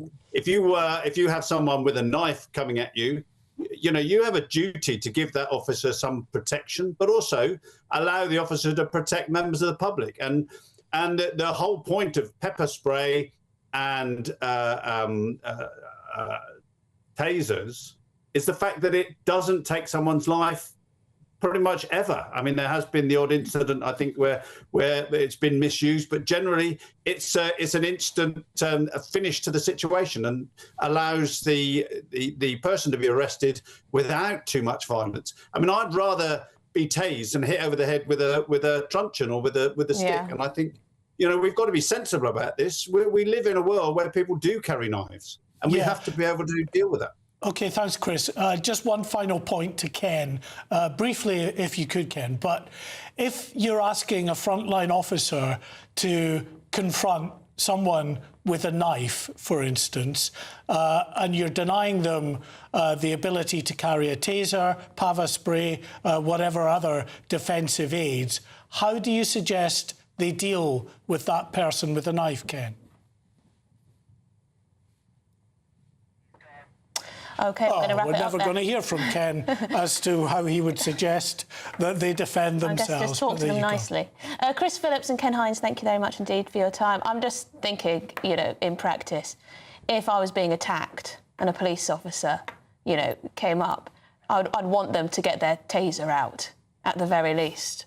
To try and protect me from a deranged criminal. That would be nice, I think. Well, you're asking people to go and do a very dangerous job. Often, and this is the thing, often they are coming up against very violent criminals who don't want to be arrested and who are more than willing often to use very, very severe force against those officers. They need to be armed to deal with the threat that they confront. There's a lot of women out there who'd want to be able to keep a bit of pepper spray in their purse, but that is illegal. Anyway, a Green Party spokesperson has said conference is still weeks away and members have only just begun submitting motions. There is a prioritisations process and not every motion submitted will be debated. Only motions passed by conference become Green Party policy. So yes, you can expect some more mad ones to come through before then.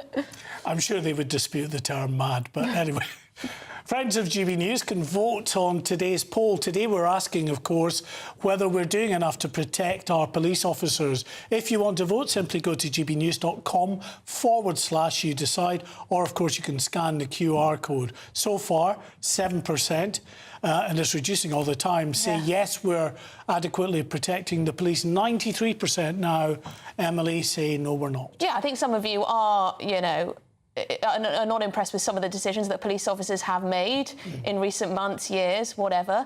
But that does not mean to say that police officers should not be some of the most protected people out there. A very difficult job that they do. Anyway, this is Good Afternoon Britain on GB News. We do have a lot more coming up on today's show, but we're going to give you a quick check of the holiday sun forecast.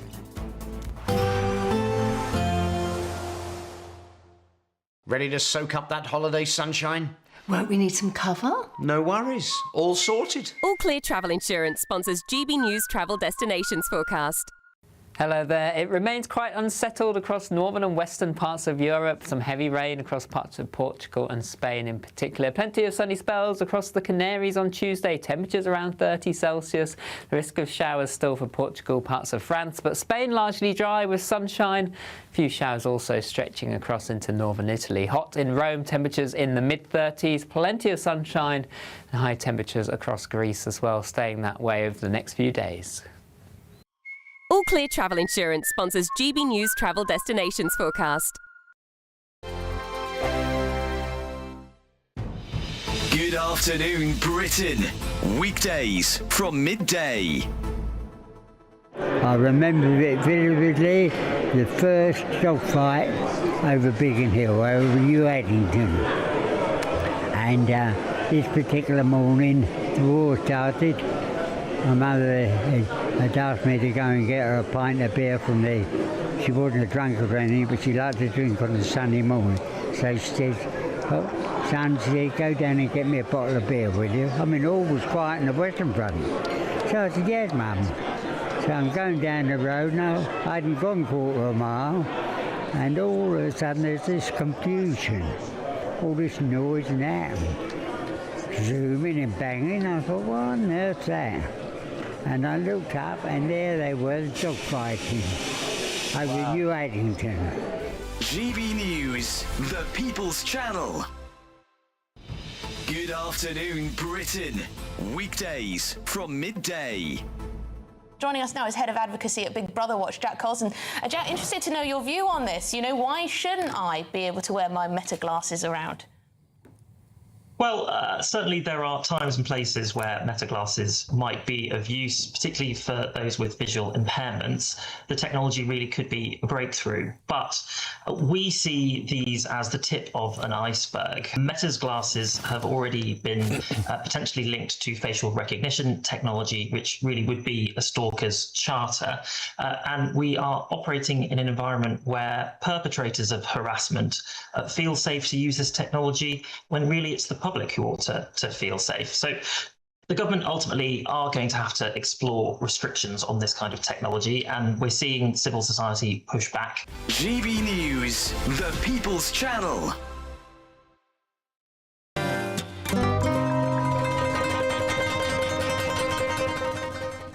I have a real treat for you, because I have found women.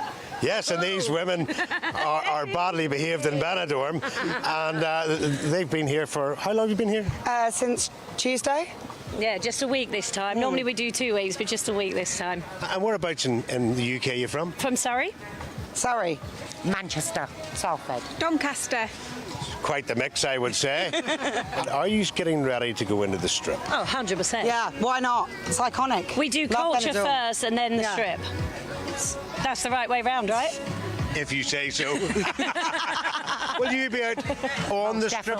Most definitely, yet again. And what's so attractive about it? What, the strip or the culture? The strip. What am I allowed to say on TV? GBNews, the People's Channel.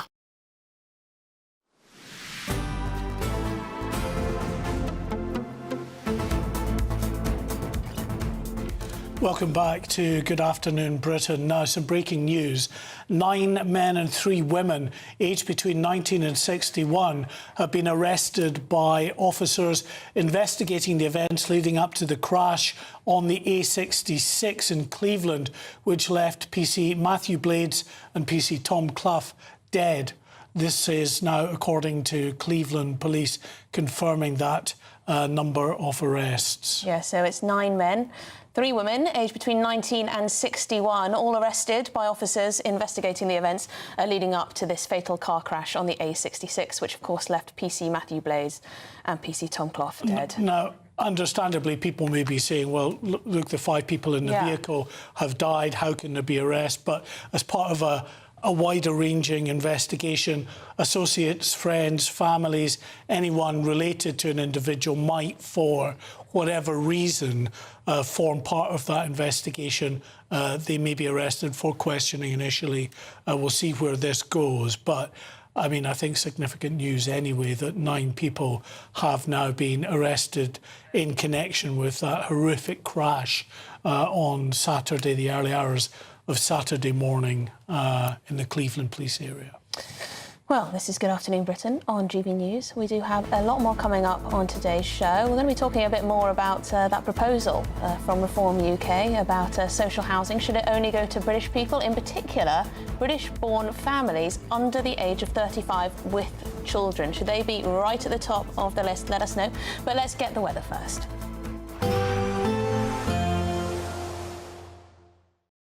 Today, clouds overhead. Total zen within. Box Solar sponsors the weather on GB News.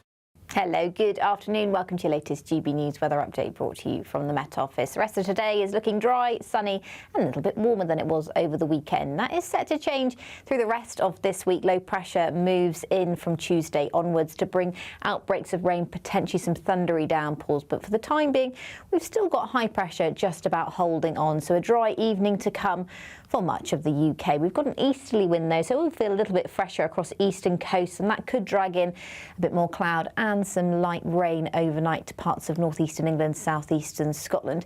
And we start to see that showery rain arriving into the south and west by Tuesday morning. But for most of us, it's going to be a dry and clear night, and a little bit warmer than it was over the weekend. Temperatures in the mid-teens to start the day for many towns and cities. More northwestern areas of Scotland should see plenty of fine weather to start the day, another sunny start. Further east, though, that's where we've got the risk of thicker cloud, perhaps some light rain as well through the morning. That should ease as the day goes on. For Northern Ireland as well, it's looking relatively dry and sunny. Plenty of sunshine across central and eastern areas of England too, but it's down towards the southwest where there is a chance of some showery rain throughout the early hours. There's some uncertainty in the details of that. I think you can expect at least a shower to push through Tuesday morning. Through the rest of Tuesday, the shower chance continues across southwestern areas. Elsewhere across the UK, it should remain largely dry. That easterly wind still holding on, so at the coast a little bit fresher in the east, but inland areas, temperatures climbing towards the mid to high 20s, 27 degrees across London on Tuesday, so warmer than it was over the weekend. Into Tuesday evening, more in the way of rain will push up from the south. That's got a risk of thunderstorms in it as well, and we hold on to that thunderstorm risk through Thursday and Friday. Some quite heavy downpours just about anywhere across the country is likely. Bye-bye. Today, clouds overhead. Total zen within. Box Solar sponsors the weather on GB News.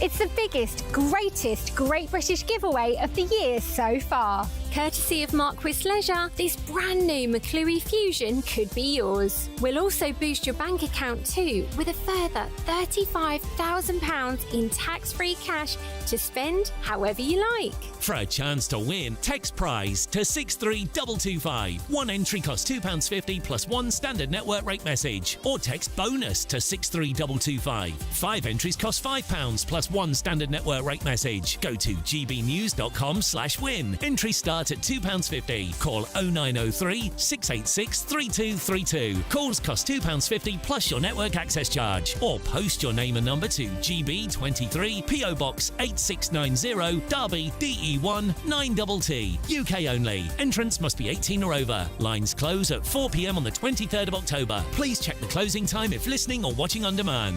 Good luck. Do you trust what you're being told? Good, because neither do I.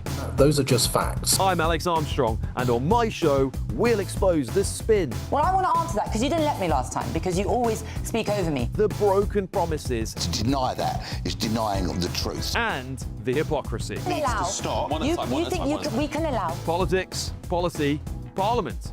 Nothing is off limits. No sugarcoating, no fear of offence, just the truth laid bare. Tune in every Saturday and Sunday at 9 p.m. for Alex Armstrong Tonight, only on GB News, Britain's news channel. As soon as it hits 11 and the headlines come in, Late Edition brings you the breaking news from all the front pages. because the news is going to happen. So get a head start today. Patrick Christie's Tonight, Late Edition. Alex Armstrong Tonight, Late Edition, from 11 o'clock every night. Only on GB News, the People's Channel, Britain's news channel. I've been in Westminster for a long time, but I know that though power may be here, its effect on people's lives is across the whole of the country. We may be where rules are made, but it's where they're implemented that matters. Join me, Jacob Rees-Mogg, for forthright and frank discussion on where Britain has come from, where it's going, and where it will end up. That's State of the Nation, Monday to Thursday, 8 to 9 o'clock. Vox Populi, Vox Dei. From court mornings to warm family brunches. From football to tennis in the car. In the kitchen. GB News Breakfast is there. With the stories you need and the conversations that matter. Anyway, let's talk business. Well, it has been a historic night in British politics. It's astonishing, isn't it? We're here again to start your day just right. GB News Breakfast. Every morning from 6 a.m. Only on GB News. Britain's news channel.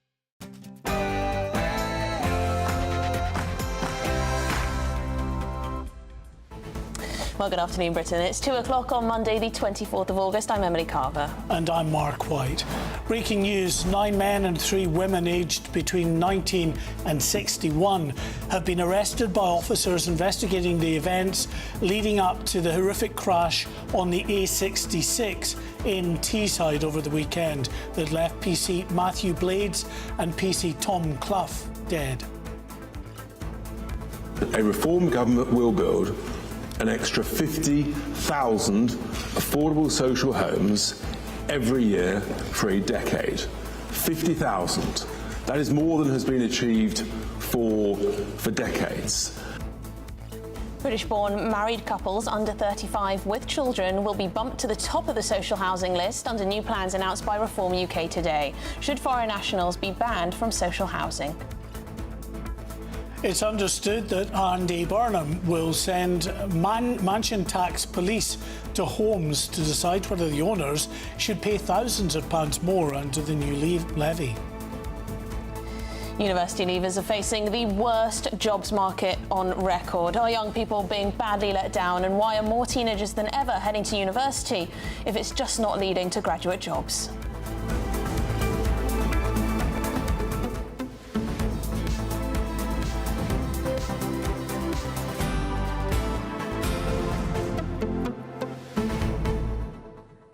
Well, I personally feel really, really bad for people who are coming out of university right now, with the number of graduate jobs just falling and falling and falling, 45% down on last July.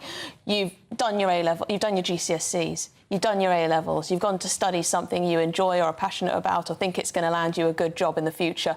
You get out of university and there's just nothing for you. So what do? You get a job in the local cafe or whatever for a bit, you do this and that, your ambitions, you're stuck, you don't know what you should be doing, you think you've done everything right, and the jobs just aren't there. Yeah, I do think, though, that perhaps we shouldn't be just as forthright in trying to encourage people to strive for university if that's not necessarily where their strengths lie. I think it's just, as valid to go down a vocational route, to take on manual jobs that often pay really quite well, actually, and are becoming increasingly valued as we move towards a more tech-savvy world with AI that's taking up so many of the traditional jobs, perhaps, that university leavers were after. I agree with you, but think about someone who's just come out of university. Perhaps they've studied law for 3 years. They're passionate about the subject. They've been told that's the thing to do to become a lawyer. They come out of university saddled with a huge amount of debt, thinking they've done the right thing. They look around, they apply for hundreds sometimes of jobs in the legal industry, and they can't find one place to accept, their application. I do think the universities have something to answer here as well. And why are they making all of these positions to study law available at university, knowing there's a finite market actually within the country, that there are only so many jobs available for someone graduating law, and the same with the medical profession as well. And it's a global market now. These big law firms, for example, or the banks or whatever, these big industries that do make huge amounts of money and whatever, they can just pluck people from all different corners of the world. Yeah. And that's why sometimes with politics, a lot of the time people are proposing things like British jobs for British workers. Yeah, but if there's just, in the UK, for instance, not the jobs for law, for instance, why then are the universities not being just a bit more responsible and, putting a limit, a cap on the number of law students that they're accepting? Well, you know why. They've got to fill the bums on seats, don't they? They want the money is what... They do indeed. But perhaps you at home, perhaps yourself or a child or a grandchild is, just come out of university looking around thinking, what on earth am I actually going to do with my degree? The worst job market on record at the moment for people leaving university. Send us your thoughts, gbnews.com/your say. But let's get to the headlines with Tatiana.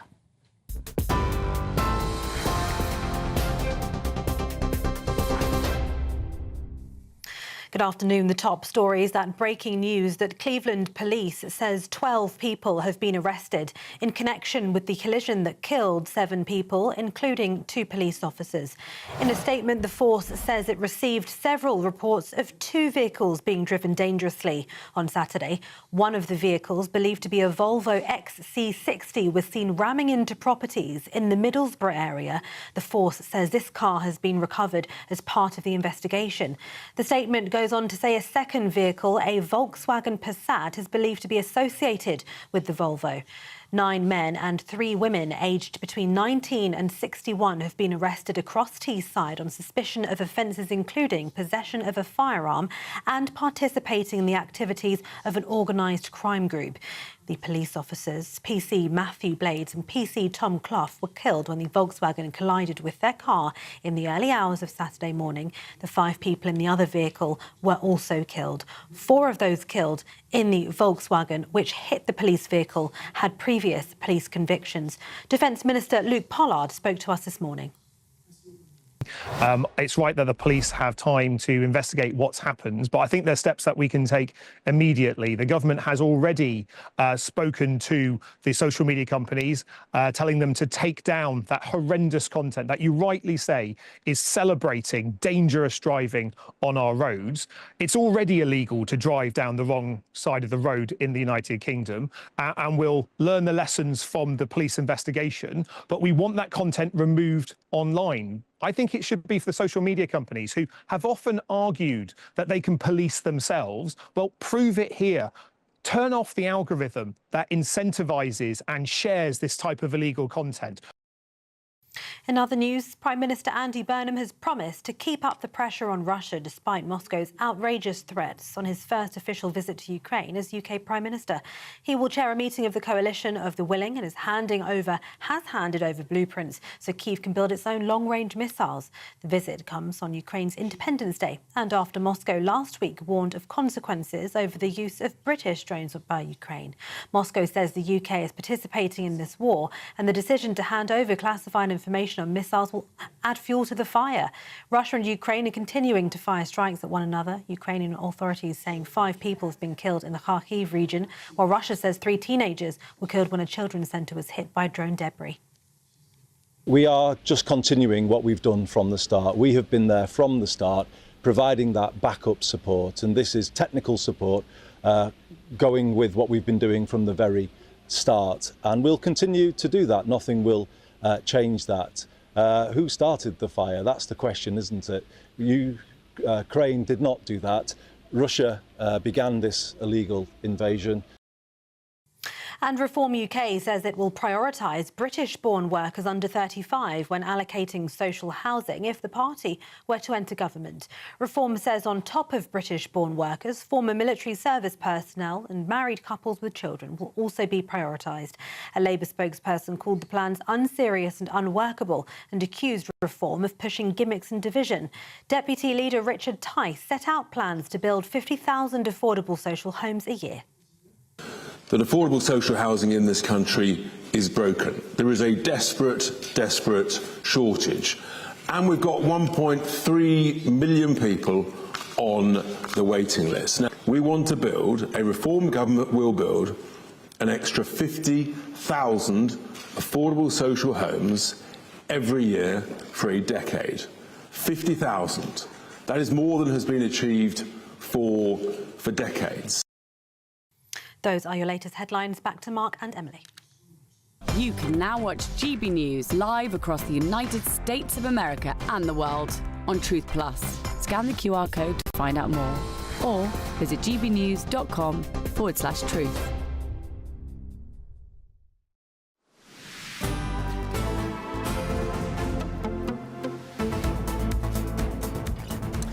Well, it's 2:09. Welcome back to Good Afternoon Britain. And a reminder of that breaking news this afternoon. 9 men and 3 women, aged between 19 and 61, have been arrested by officers investigating the events leading up to the horrific crash on the A66, which left PC Matthew Blades and PC Tom Clough dead. That's according to Cleveland Police. Well, the force also said some of those arrested over the A66 investigation are suspected of participating in the activities of an organised crime group, with 4 of those killed in the car which hit the police vehicle and had previous police convictions. OK, well, that's a very interesting update from Cleveland Police there. Well, a fundraising page for the families of the 2 Cleveland police officers who were killed on Saturday morning has now raised more than £453,000. It's gone up really quite rapidly in the course of this programme, Emily. Yeah, I think it was on 200 something when we started, and that was just at midday. Understandably, much has been said about the bravery and the dedication of 37-year-old PC Matthew Blades and 38-year-old PC Tom Clough. Well, PC Blades' widow said he was loved beyond words and gave his life in the line of duty, protecting and serving others with courage, dedication and selflessness. PC Clough's family revealed he hadn't just served the community as a police officer, but had also served his country as a veteran of the Iraq and Afghanistan wars. He was their hero, the family said, always willing to jump into action whenever needed, willing to help anyone for any reason. But how long before politicians, the media, the country, so rightly shocked and supportive of those on the thin blue line, move on? Well, we've seen this pattern so many times before, where some will return to the regular drumbeat of criticising those who try to keep the rest of us safe in often the most difficult circumstances. In fact, already, an astonishing policy proposal from the Green Party is now advocating the removal of tasers and other personal protective kit from frontline officers. Well, in the past 5 decades, close to 200 police officers have been killed in the line of duty. Many names you'll probably remember. PC Yvonne Fletcher gunned down outside the Libyan embassy in London on April the 17th, 1984. Or PC Keith Palmer, stabbed to death by a terrorist while unarmed and guarding the Houses of Parliament in 2017. And of course, PC Andrew Harper, who was dragged to his death by 3 young criminals, by them in a stolen car in Berkshire in 2019. That case, so prominent again, as his family fight to prevent the release of 2 of his killers. But we want to share with you the names of some other brave officers, perhaps not so well known as those, but who made the ultimate sacrifice for their communities, a name for every one of the past 5 decades. In June 1982, Sergeant David Winter was responding to reports of a suspicious man outside a post office in Old Malton, North Yorkshire. That man, already wanted for murdering another officer, David Haig, was shot and killed. He shot and killed Sergeant Winter. He was just 31. In December 1991, Detective Constable Jim Morrison had given chase to a handbag snatcher in London's Covent Garden. When he caught the suspect, he was fatally stabbed. Just 26 years old, he was posthumously awarded the Queen's Gallantry Medal. Kent police officer John Odell was on traffic duty with a radar gun in December 2000 when he died. The 30-year-old constable was struck and dragged to his death by a speeding motorist. Essex officer PC Ian Dibble was off duty in his hometown of Clacton-on-Sea when he saw a gunman in July 2012 shooting at people. He was fatally shot in the chest as he tried to tackle the gunman. He was 40 years old. And in September 2020, 54-year-old Sergeant Matt Ratana died at a custody suite in London. He'd been processing a suspect when the man produced a hidden handgun and fatally shot Sergeant Ratana. Well, it really makes you think, doesn't it? You know, often on this show, we'll talk about where police officers have made bad decisions. We'll criticise very strongly guidance that's given by the College of Policing or other authorities. We'll talk about, you know, things like the overemphasis of diversity, equity, inclusion in some of the decisions that police officers are making. In particular, I'm thinking of the recent Henry Novak case, where police officers have been accused of making dreadful decisions. But that does not take away from the men and women who work so hard in tremendously difficult situations, and the very sad 200 there that have lost their lives in the line of duty. Yeah, I mean, we'll also, though, talk about the way in which the officers doing their job, their duty in arresting people, that can get misrepresented by the social media videos that pop up that only ever show the violent moment of arrest, because arrests often, if it gets to that stage, can be violent and certainly look violent, but the videos that are posted on TikTok give a skewed you know, side of what is actually occurring there. OK, well, joining us now is former police officer and counter-terrorism specialist Paul Birch. Paul, we thought it was right to, you know, remind people of just how dangerous this job can be and pay a bit of a tribute to some of those police officers that have died in tragic circumstances while trying to protect people and keep the rest of us safe. Yes. As you yourself said, Emily, we can all criticise the organisational decisions of the police and some decisions made by frontline officers with the guidance in their heads as they carry out these actions. But at the heart of it, you get there are a core of men and women who are very, very decent people, very brave people, very honest people, who put themselves in harm's way. It's a bit of a cliche now, but we talk about running towards danger, don't we, rather than running away from it. And that's what police officers do regularly, whether they're in uniform or detectives, or whether they're police support officers, community support officers, who themselves often put themselves in harm's way with a good deal less training than police officers. And all we are armed with, all I was armed with, was a bit of pepper spray and a stick. And, you know, I mean, the idea of taking tasers away from police officers just seems just insane. But, yes, I mean, I remember when I shortly arrived onto a busy borough in North London, an officer an officer was killed and another one was seriously injured when they were responding to an emergency call and had a very bad road accident. And one officer died instantly and the other one was very, very badly injured. And I remember, as I was new on the team at the time, more experienced officers, I sat in the back of a car and we went to where this crash had occurred. And you're standing in the sort of detritus of medical equipment and sort of car wreckage. And my colleagues who knew the people, they just sort of stood there for ages, just looking out over this sort of wreckage where this happened on a sort of very dark, wet street corner in North London. And it really brought it home to me personally, what this job can actually mean, what it can entail. Most of us come home at night or in the mornings, and people like PC Clough and PC Blaze, very brave young men, they don't. And I think we should all remind ourselves of that occasionally.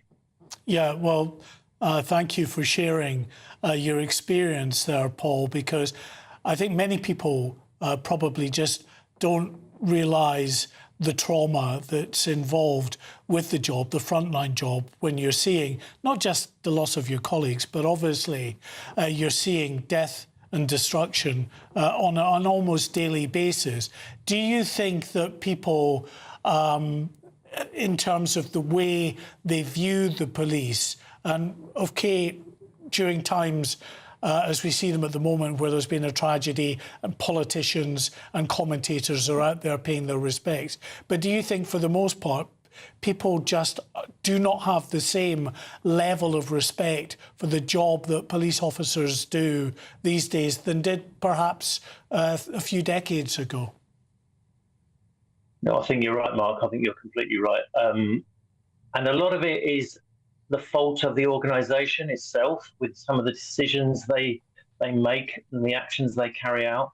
So I think, and plus the fact that, due to various inadequacies in the criminal justice system, no one has any respect for, well, very few people seem to have respect for police officers. Certainly the people that I used to come into contact with in London, there was no fear of the police, no respect for the police, because they knew that, they'd been in custody many times before, many of them, and they would receive a nominal punishment from the criminal justice system. So I think that, allied with the fact that at a very senior level and an organisational level, and in terms of guidance, the police seem to be, or the people that the bodies who come up with policy and practice for the police seem to be heading in the wrong direction. And we will get a few days of coverage here, quite understandably and quite rightly, for these two brave PCs, and then it will just be tomorrow's fish and chip wrappers, won't it? Sadly. Oh, yeah. I think you're right, Paul. Paul, we're going to have to leave it there, but thank you very much indeed for your time, former police officer and counter-terrorism specialist. Thank you. I mean, a lot of people are very wound up with the way protests are policed, particularly in our capital. Why aren't these guys who are shouting jihad removed from the scene and arrested, etc., etc.? But again, does that come from the top down? Rather than the blame on the individual police officers for not doing what you think they should be doing in that scenario? Almost certainly comes from the top down. OK, well, friends of GB News can vote on today's poll. Today we're asking, is enough being done to protect police officers? If you want to vote, simply go to gbnews.com/you decide, or of course you can scan the QR code on your screen. 7% say that we are doing enough to protect officers. 93% say that no, we're not. And some in the Green Party want to take away their pepper spray and tasers, quite ludicrously. Anyway, moving on, Reform UK has outlined its plans to prioritise British-born workers for social housing, and they're pledging to build 500,000 more social homes over a decade. That affordable social housing in this country is broken. There is a desperate shortage. And we've got 1.3 million people on the waiting list. Now, we want to build, a Reform government will build, an extra 50,000 affordable social homes every year for a decade. 50,000. That is more than has been achieved for decades. Well, we're joined by the former Conservative Immigration Minister, Kevin Foster. Good afternoon, Kevin. I think you've proposed something very similar. Is Reform copying you, or are you copying Reform? Well, I think the Conservative Party has proposed some changes around social housing, where I think Reform have some difference. It's been interesting to see their change in emphasis today to British-born individual families rather than talking about British citizens, because one of the holes that's been picked in some of their previous policies was them saying that, you know, they take, for example, welfare off foreign nationals, but then not really that clear, well, what happens if those foreign nationals become British citizens between now and the next general election? A relevant point, given, as you know, Mark, there's been quite a surge in British citizenship applications over the last year following these types of debates. So it's an interesting one. It's also quite interesting to dig into some of the other details they're talking about in terms of changing allocations policy, and particularly pointing back to actually the type of policy that was implemented by Harold Macmillan, which was that a lot of the council housing being built at that time wasn't just for people who couldn't afford another property. There was very much at that time about people who worked in particular roles and jobs. So it's an interesting one, not just for the headline around potential migration and the building, but also for some of what Reform's saying around changing the allocations policy as well.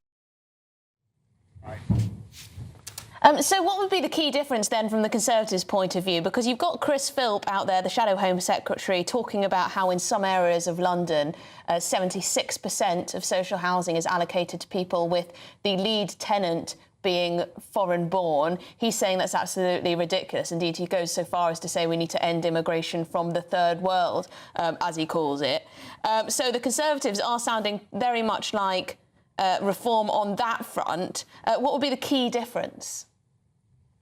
Well, I suspect some of the differences you may see is, for example, looking through the Reform document today, they talk about those who've got ILR and EU settled status. Now, Reform's talked about basically abolishing ILR and also removing the rights on settled status. One of the problems for them, though, on settled status is that that is something which is reciprocally agreed with the European Union. So there are people, these are people who moved to the UK during the time of free movement, and there are reciprocal arrangements for UK nationals that moved to the EU during the time of free movement applying there for British nationals. Now, they say they'll talk to the EU, but, you know, it's always worth remembering that Nigel Farage used to dismiss the idea of how many people getting with rid of the EU settled status are actually in social housing? Is it not, you know, a big proportion are from far further afield? Yeah, it's not a mass point, but it's in the Reform document that they proposed. Remember last week, of course, Nigel used the figure that some 58% of universal credit claimants who were not British citizens had EU settled status. So, you know, you are talking quite a number in terms of that being affected. And you then have to see, well, what are you prepared to offer the EU? Are you prepared to agree that EU states could apply the same to UK nationals within the EU? I.e., would that not be fine, though? Would that not be fine, though, Kevin? Because we've got far fewer British people living in social housing in France and Germany than we have European settled status people. Well, remember, the policy applies beyond just. Well, the policy applies just beyond social, and also depends which EU country you're talking about. For example, a country like Poland might be very concerned about the reciprocal rights being removed in the UK. A country like Spain that has a very large population of in many cases, older UK nationals might look at the fact that would, shall we say, free up some pressure on their health and social care system. So, again, this isn't just one that's a straight quid pro quo. And again, Reform hasn't been clear what they would do. But, you know, as I say, this isn't just about immigration status. So when you actually, to be fair to Richard Tice, when you go into some of this document he's published today, he does go into some of the areas around how social housing is allocated, the fact that you should review need regularly. That's something actually David Cameron touched on in the coalition era, was the idea that if you get allocated a house in your early 30s, a social house, and then do you still really need it in your 60s when your family's grown up and moved on? Remember the bedroom tax, as it was called, the spare room subsidy that was debated at that time. Where I think also Reform will need to be clear is where actually they're going to build, because I don't find it convincing, the idea that there's lots and lots of brownfield sites just waiting to have hundreds of thousands of social houses built on them, particularly around London. They say that some of their freeing up, i.e. removing foreign nationals, would free up a lot of resource. But even then, you're still getting into, well, if you're going to build in places like London, the southeast, where there is the most demand, you are going to end up having to have the inevitable debate around some of the so-called grey belt, which is green belt, that actually isn't particularly green. OK, Kevin, thanks very much. Appreciate that. But I mean, in some boroughs in London, a huge proportion of the housing, the total, is social housing. So it's, you know, some of the most expensive areas in the country. Indeed. This is Good Afternoon Britain on GB News. Lots more coming up on today's show. Yes, have you noticed the cost of a Sunday roast has soared by 50% in just 5 years? And fish and chips, kebabs, pub meals are all up by extraordinary amounts. When will this madness end? When will it end?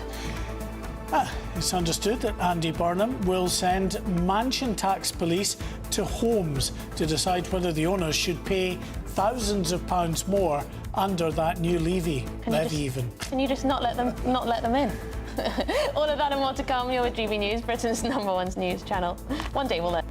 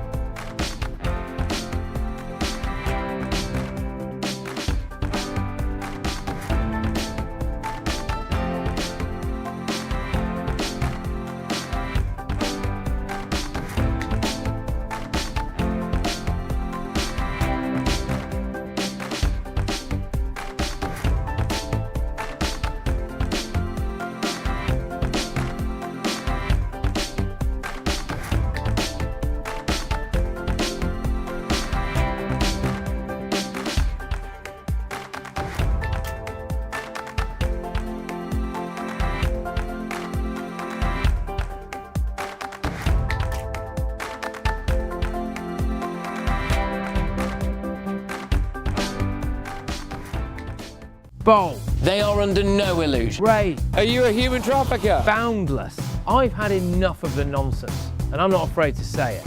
Don't get this on the BBC. Every weeknight, I tear through the headlines. The smell of gasoline. Should we be worried about it? From Westminster madness to cultural war chaos. I'm going to do now, they are throwing things out the car as we speak. Get ready, Britain. Here we go. Patrick Christie's tonight, weeknights from 9 p.m, only on GB News, Britain's news channel. At the stroke of midnight, the news doesn't stop, and neither do we. Day in, day out. Forget stuffy late-night TV shows. We're giving you a front-row ticket to the centre of the political universe. Because breaking news doesn't wait for the morning. And neither do we. Join us for one of the most controversial and volatile times of politics in human history. A very big story. Big story over here. You won't get this anywhere else. The Late Show live at midnight, every night. Only on GB News. From the school run to the home run, watch a new show for all of Britain. So he can say whatever he wants. A straight talking show where all voices are heard. And, you know, when are we going to stop talking about smashing the gangs and actually do it? With the stories that matter from every part of our country. There's a bit of a crash landing there for your Chancellor. Bold, fearless and standing up for you. That's me, Martin Daubney, 3 p.m. till 6 p.m, weekdays, here only on GB News. The People's Channel, Britain's news channel.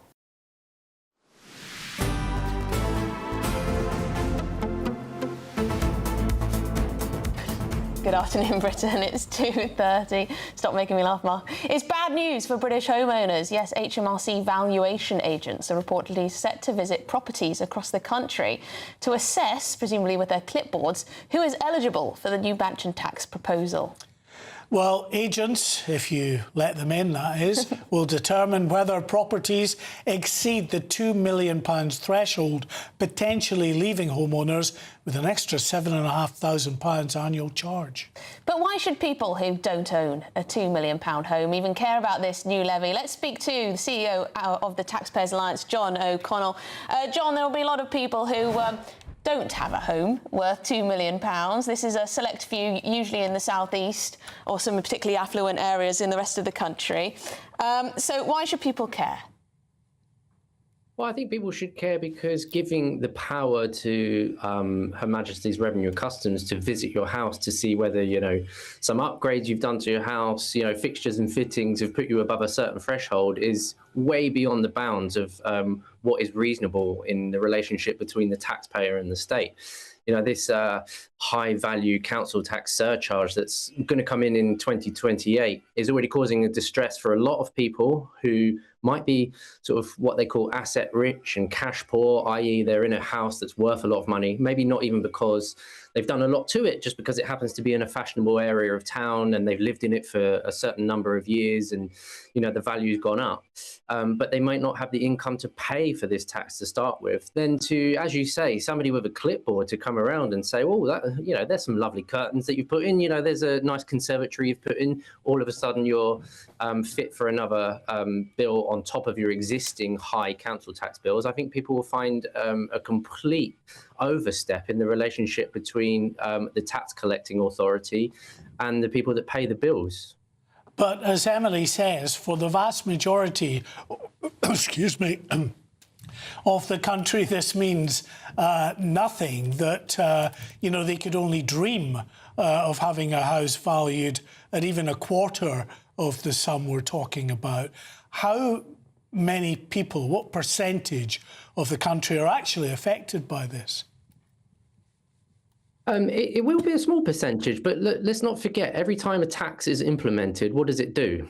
It creeps downwards. Once the authorities are able to dig into your pockets, do you think that they're going to stop or argue for, taking less of your money? No, the bands are likely to come down over time, or they'll stay still. So that as inflation increases over time, as property prices increase with inflation and earnings, that 2 million bracket will stay exactly still. And over the years, more and more homes will be brought into this, and more homes will be snooped around by quangocrats with clipboards. So whether it's a small number of people now, it will be a larger number of people in the future, because no new tax is ever implemented, and then fewer people over time have been hit by it. It's always more. John, I don't think we're that far away from, the council or whatever, the government agency coming around to your home and saying, oh, Mr. Smith, I don't think you actually need those 4 bedrooms you've got. Your kids have moved out. I think it's about time we repossess it. Well, the mind does wander in those directions when the state is able to enter your home on these kinds of grounds. Where does it stop? It's, council tax is there for a reason. It's to raise money to pay for local services. And what we're seeing is a massive overreach at this point. We're looking at, some of these bans go, 5 million plus houses, which again, even fewer number of people will be, you're talking about bills of $7,500 a year. The more the inflation and earnings go up, the more houses that will be brought into this. And then what do they do with those powers once they have them? Then they're very unlikely to relinquish them. The only saving grace, I suppose, that we have is that, workers for HMRC work from home quite a lot of the time. They have their heating bills paid for up to a tune of about $600 a year. Maybe they won't bother getting out of their homes to come and check us. Oh, there you go. Here's hoping. John O'Connell, thank you very much indeed, CEO of the Taxpayers Alliance. I mean, I think it seems particularly authoritarian from the government, and I think you could use this principle for a lot of things. Well, as you said, it's quite worrying if we ever get to the scenario that they're just sizing up your home to see whether you deserve to live in one with 5 bedrooms. Well, we've got a housing crisis. It's not that much of a stretch, is it? No, We've got a lot of new arrivals who need housing too. Why should, with the communist mindset, why should Mr. Smith or Mr. White, he doesn't need those 3 bedrooms. Someone else could deserve it more than him. No. You see how I'm going? I see where you're going. See the logic? Anyway, an HMRC spokesperson said we don't routinely visit properties and any visits would take place by prior arrangement in order to help us get their valuation right. Our professional valuers use a range of freely available information sources to ensure valuations are based on the most up-to-date information. In the vast majority of cases, we will be able to make binding decisions using existing information without the need to visit a property. Also, a home is only worth as much as you can sell it for, you know? Anyway, this is Good Afternoon Britain on GB News. Lots more coming up. Yes, university leavers are facing the worst jobs market on record. Are young people being badly let down, and why are more teenagers than ever heading to university if it's not leading to jobs? All of that and much, much more coming your way on GB News, Britain's #1 news channel.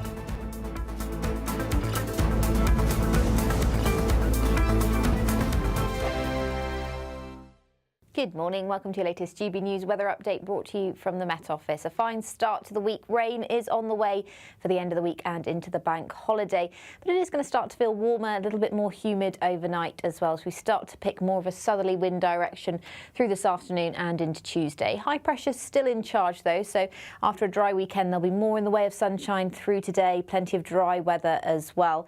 Still an easterly wind across the south coast, so a bit breezy across more southern areas of England, but parts of Northern Ireland, Scotland seeing plenty of warm sunshine through today with long-lived clear spells. And it will feel very warm, temperatures in the mid-20s quite widely across England and Wales, in the low 20s further north. Just where we're close to the east coast, it will feel a little bit fresher than that with an onshore breeze. But for most of us, it's going to be a fine end to the day. It was a chilly night last night. It will probably be a bit of a chilly night tonight as well. Though still through this evening, temperatures in the high teens, low 20s. Plenty of sunshine, probably quite a nice sunset as well to end the day this evening. So we look further south into England and Wales, plenty more dry weather around. You can see some rain down to the south affecting the Channel Islands, and we'll start to see the impacts of that as we head into Tuesday evening. But before then, a clear and dry night to come for much of the UK. Where this easterly wind drags in more moisture from the North Sea, we could see a little bit of rain and drizzle across northeastern coasts of England, some eastern coasts of Scotland overnight. A bit more cloud in these areas overnight, so a bit of a murky start here, but for most of us a clear night and a clear start to the day. Temperatures in the mid-teens to start the day in many towns and cities, so not too bad at all, a little bit warmer than it was over the weekend. Through Tuesday afternoon, there's a chance of showers across more southwestern areas, parts of Cornwall, southwest Wales. Could see the odd shower across parts of Scotland, but for most of us, it is going to be another dry day. And in the best of the sunshine, temperatures will actually climb a little bit higher tomorrow, up to 27. Bye-bye. Thank you, Britain, for the thousands of you who are becoming friends of GB News each and every week.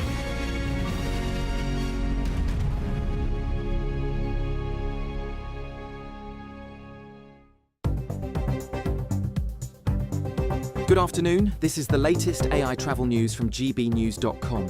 The M6 southbound has an obstruction between junctions 12 and 11A in Telford. The M62 westbound is closed between junctions 23 and 22 in Saddleworth. In Scotland, the A737 eastbound has 2 lanes restricted at A737, A761 Elderslie. Across Wales, the M4 eastbound from J24 Coldra to J23 Rogiet is congested with possible delays. And on the trains, Grand Central and Great Northern services are facing major disruption on some routes and between London and Stevenage. For more travel news, go to gbnews.com.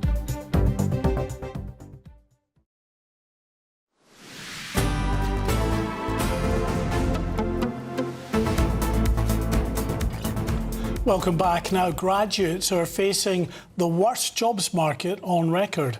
Yes, vacancies have plunged by 45% in the last year. It's the lowest since figures were first recorded in 2016. This comes amid increased tax pressures following Labour's rises in national insurance and the minimum wage, as companies also introduce new technologies, including AI, into the workplace. Yes, they might be linked, actually. However, with an unprecedented number of students heading to university this September, how does Andy Burnham plan to tackle the rising unemployment crisis for people who've gone to university, they're now saddled with debt and they can't find a decent job? Well, we're joined now by the spokesperson at the Institute of Economic Affairs, Maeve Halligan. Maeve, thank you very much indeed for joining us on this one. It's a tricky one. I must say, in our inbox, there isn't an awful lot of sympathy for graduates. Mrs. Britton's got in touch. I don't think that's her real name. She's got in touch. She says, sorry, I have little sympathy for these graduates. Too many go to uni these days. They quite honestly shouldn't be there. Too many go on, etc., etc. They leave university with a big opinion of themselves, thinking they're due these higher paid positions than those who've been doing job for decades. So essentially saying people come out of university thinking they're going to walk into some fabulous high-paying job. What's the reality? I don't think that that's necessarily the case at all, and I think it's fair enough to, you know, assume fairly safely that if you go into higher education, you perform well and get, for example, a first-class degree, that should improve your employment prospects. But the facts on the ground are that this year alone, a record number of 18-year-olds just secured places at universities, so nearly 260, just over 260,000. The problem is, though, that the average graduate salary has just been recorded at sitting at about £25,800, you know, per year, which is roughly equivalent to minimum wage. So the question arises, are degrees still worth it? Because the fee to outcome ratio just doesn't stack up. And, you know, the maths on debt versus reward is just becoming a lot harder to justify. You know, this is a real problem for students because then continuing to, you know, sign up to go to universities, but the benefits just aren't there anymore. So I do feel for them. You know, I'm a recent graduate myself, and I do understand that, for, you know, the job market can be increasingly difficult to navigate. You know, grad roles are sitting at about 8,300 right now, and as you said, is a 45% collapse on last year, and overall it's an 85% collapse since 2017, when there are about 55,000 jobs. So this has been a really, really sudden decline. There are also 1 million, you know, what are known as NEETs, so that means that they're not in education, employment, or training, and 16% of 16 to 24-year-olds are at the moment seeking employment. Like this is a very widespread problem. Why has this happened? Of course, Rachel Reeves' budgets in October of 2024 and November of 25, you know, aggressive minimum wage increases, national insurance contributions hike. You know, the problem is that if you raise the cost of hiring somebody with, you know, less of a track record, with less experience, firms just stop taking the risk on these recent graduates, despite the fact that, you know, they are qualified, they are intelligent, they are often very keen to work. But you end up with firms, as you say, you know, prioritising, for example, automation instead and AI, because the extra labour cost bites. You know, these labour tax rises have pulled the AI trend forward. Of course, they didn't start it, but they've pulled it forward for grads who need a foothold now. And maybe just very quickly, do you have friends who've gone to university who are still struggling to find a job sort of, you know, a year or two out? Yeah, absolutely. I mean, and that's not necessarily always their fault. I mean, don't get me wrong, I would agree with anybody who says that some degrees are worth more than others. I respect that and I get that. And I'm one of the first people to criticise these so-called Mickey Mouse degrees and similar. But I do think that it should be justified for a young person to feel that they deserve better job prospects if they commit 3 years of their life and a lot of money to studying and bettering themselves from an intellectual point of view, increasing their employability. You know, the issue is, though, firms, as I say, have decided to not take these same risks on young people that they used to be able to take. We're going to have to leave it there, but really appreciate you coming on. Great insight. Maeve Halligan there, spokesperson at the Institute of Economic Affairs and recent graduate. This is Good Afternoon Britain on GB News. Lots more coming your way, including the cost of a Sunday roast has soared by 50% in just 5 years. Fish and chips, kebabs and pub meals are all up too. But here's the forecast for holiday sun.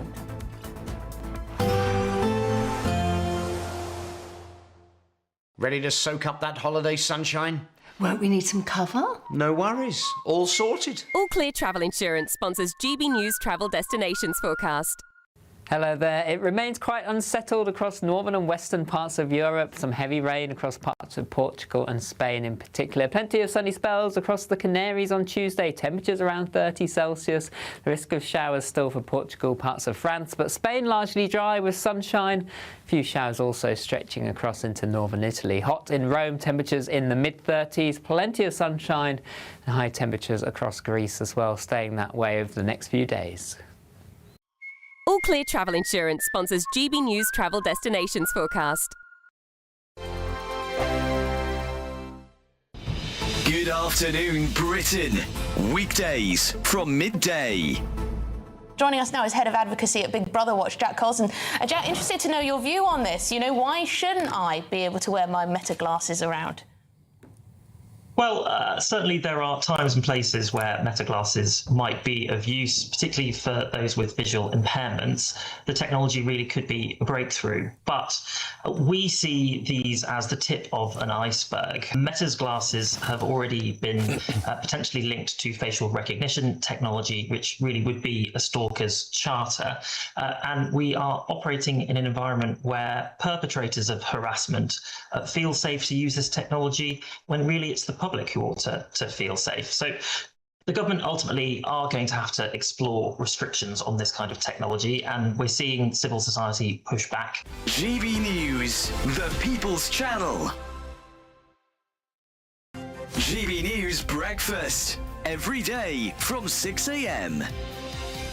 I do think it's worrying that young people, I mean, are they I think they are more risk averse. Yes. I think they are scared of getting into personal space. I think you're right, there are issues about consent and everything else. But how sad that people say that it's been a year since they've been kissed. What is life for if you're not having a little kiss every now and again? Yeah, the death of the kiss. Apparently, much younger people now haven't had a good snog in over 12 months on average, the people that have been interviewed. But I would hazard a guess that that's because people are frightened. Men don't know when they can approach women anymore. Men can think 1 or 2 steps ahead on the same board, whereas a woman will think about 18 steps. So I think you're overthinking it. If a man takes you to Paris for the weekend, a woman will come back disappointed that they haven't proposed them, whereas a man thinks they've done a really great thing. Why do men always think you're going to be proposed to in Paris? That you expect that? We don't expect men are not that. Just take emotionally us to as Paris. intelligent. The People's Channel. Good afternoon, Britain. Weekdays from midday. I'm thrilled to say now I'm joined by another World War II veteran. In my judgment, the Mosquito was a better aircraft because it's got 2 Spitfire engines. And you flew it all over Europe. You told me that you had a particularly memorable flight near Berlin. What happened there? A shell came up underneath, it lifted up the aircraft and it interfered for a brief period with the fuel supply. I didn't know. All I knew was I'd got the propellers were windmilling around and we hadn't any power. And eventually the power came on again.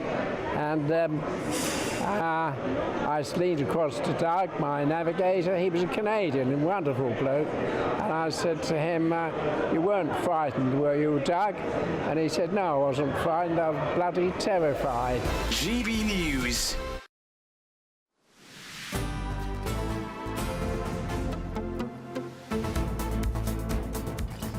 Well, it turns out that the cost of a Sunday roast has risen by 50% in just the last 5 years. So a beef dinner, including all the trimmings for the whole family, now costs on average £22.89. Gosh, that's a lot. It is a lot. To get the very latest, we're joined by pub landlord at the Bright Star in Peters Green, Guy Richardson. Guy, good afternoon to you. Listen, I'm sure that a lot of the increase on the food prices, not just what the farmers are having to add to the cost of their product, but you guys as well, you're up against it, all of the extra taxes. Just explain how difficult it is to keep that price down.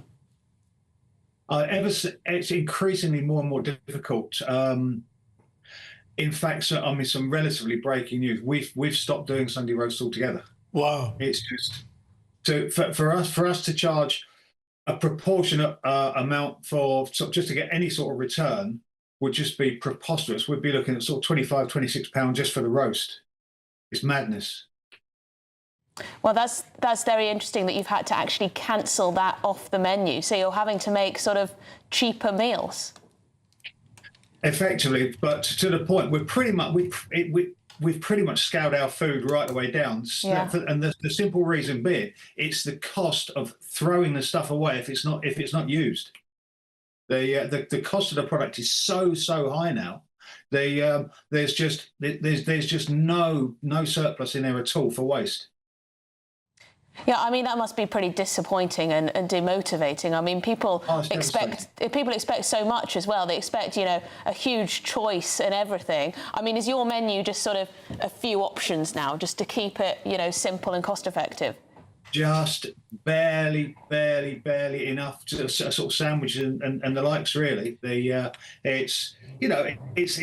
keep saying it's like a tale of gloom and doom, but it really is. It's the cost, and it's building the cost of waste, just to keep the doors open. Yeah, it's a forever difficult balance. It's becoming impossible. Yeah, I always wonder how people who run restaurants and pubs and things come up with how much of each thing to buy. It must be really difficult. Guy Richardson, thank you very much indeed for your time. Landlord at the Bright Star in Peters Green. But now, who's it time for? Well, we're going live to the United States of America to join GB News presenter Tom Harwood. Did you have a Sunday lunch in Washington, Tom? And if you did, what was it? How much was it? And did you tip?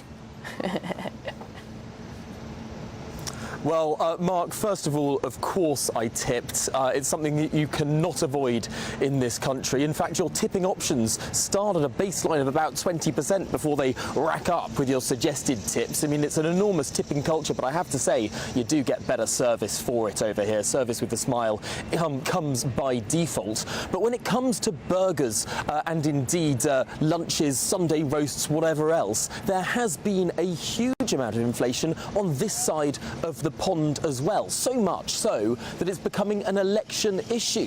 Now, there are important midterm elections here in America on the 3rd of November, and Donald Trump is very concerned that the Republicans might lose control of both the House of Representatives and the Senate. So he gave a big intervention just on Friday because the price of beef has been rising and rising and rising. About 75% more expensive now than it was before the pandemic. So Donald Trump made an intervention on Friday.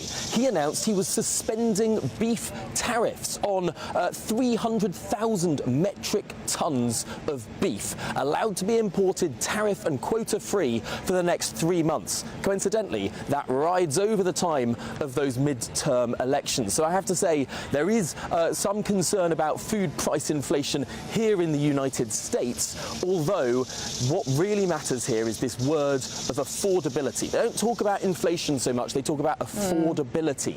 And I have to say, wages in this country, average wages, are 40% higher than wages in the United Kingdom. So even though there's been some prodigious food price inflation here in the United States, perhaps it's a little easier to wear for the wealthier American consumer.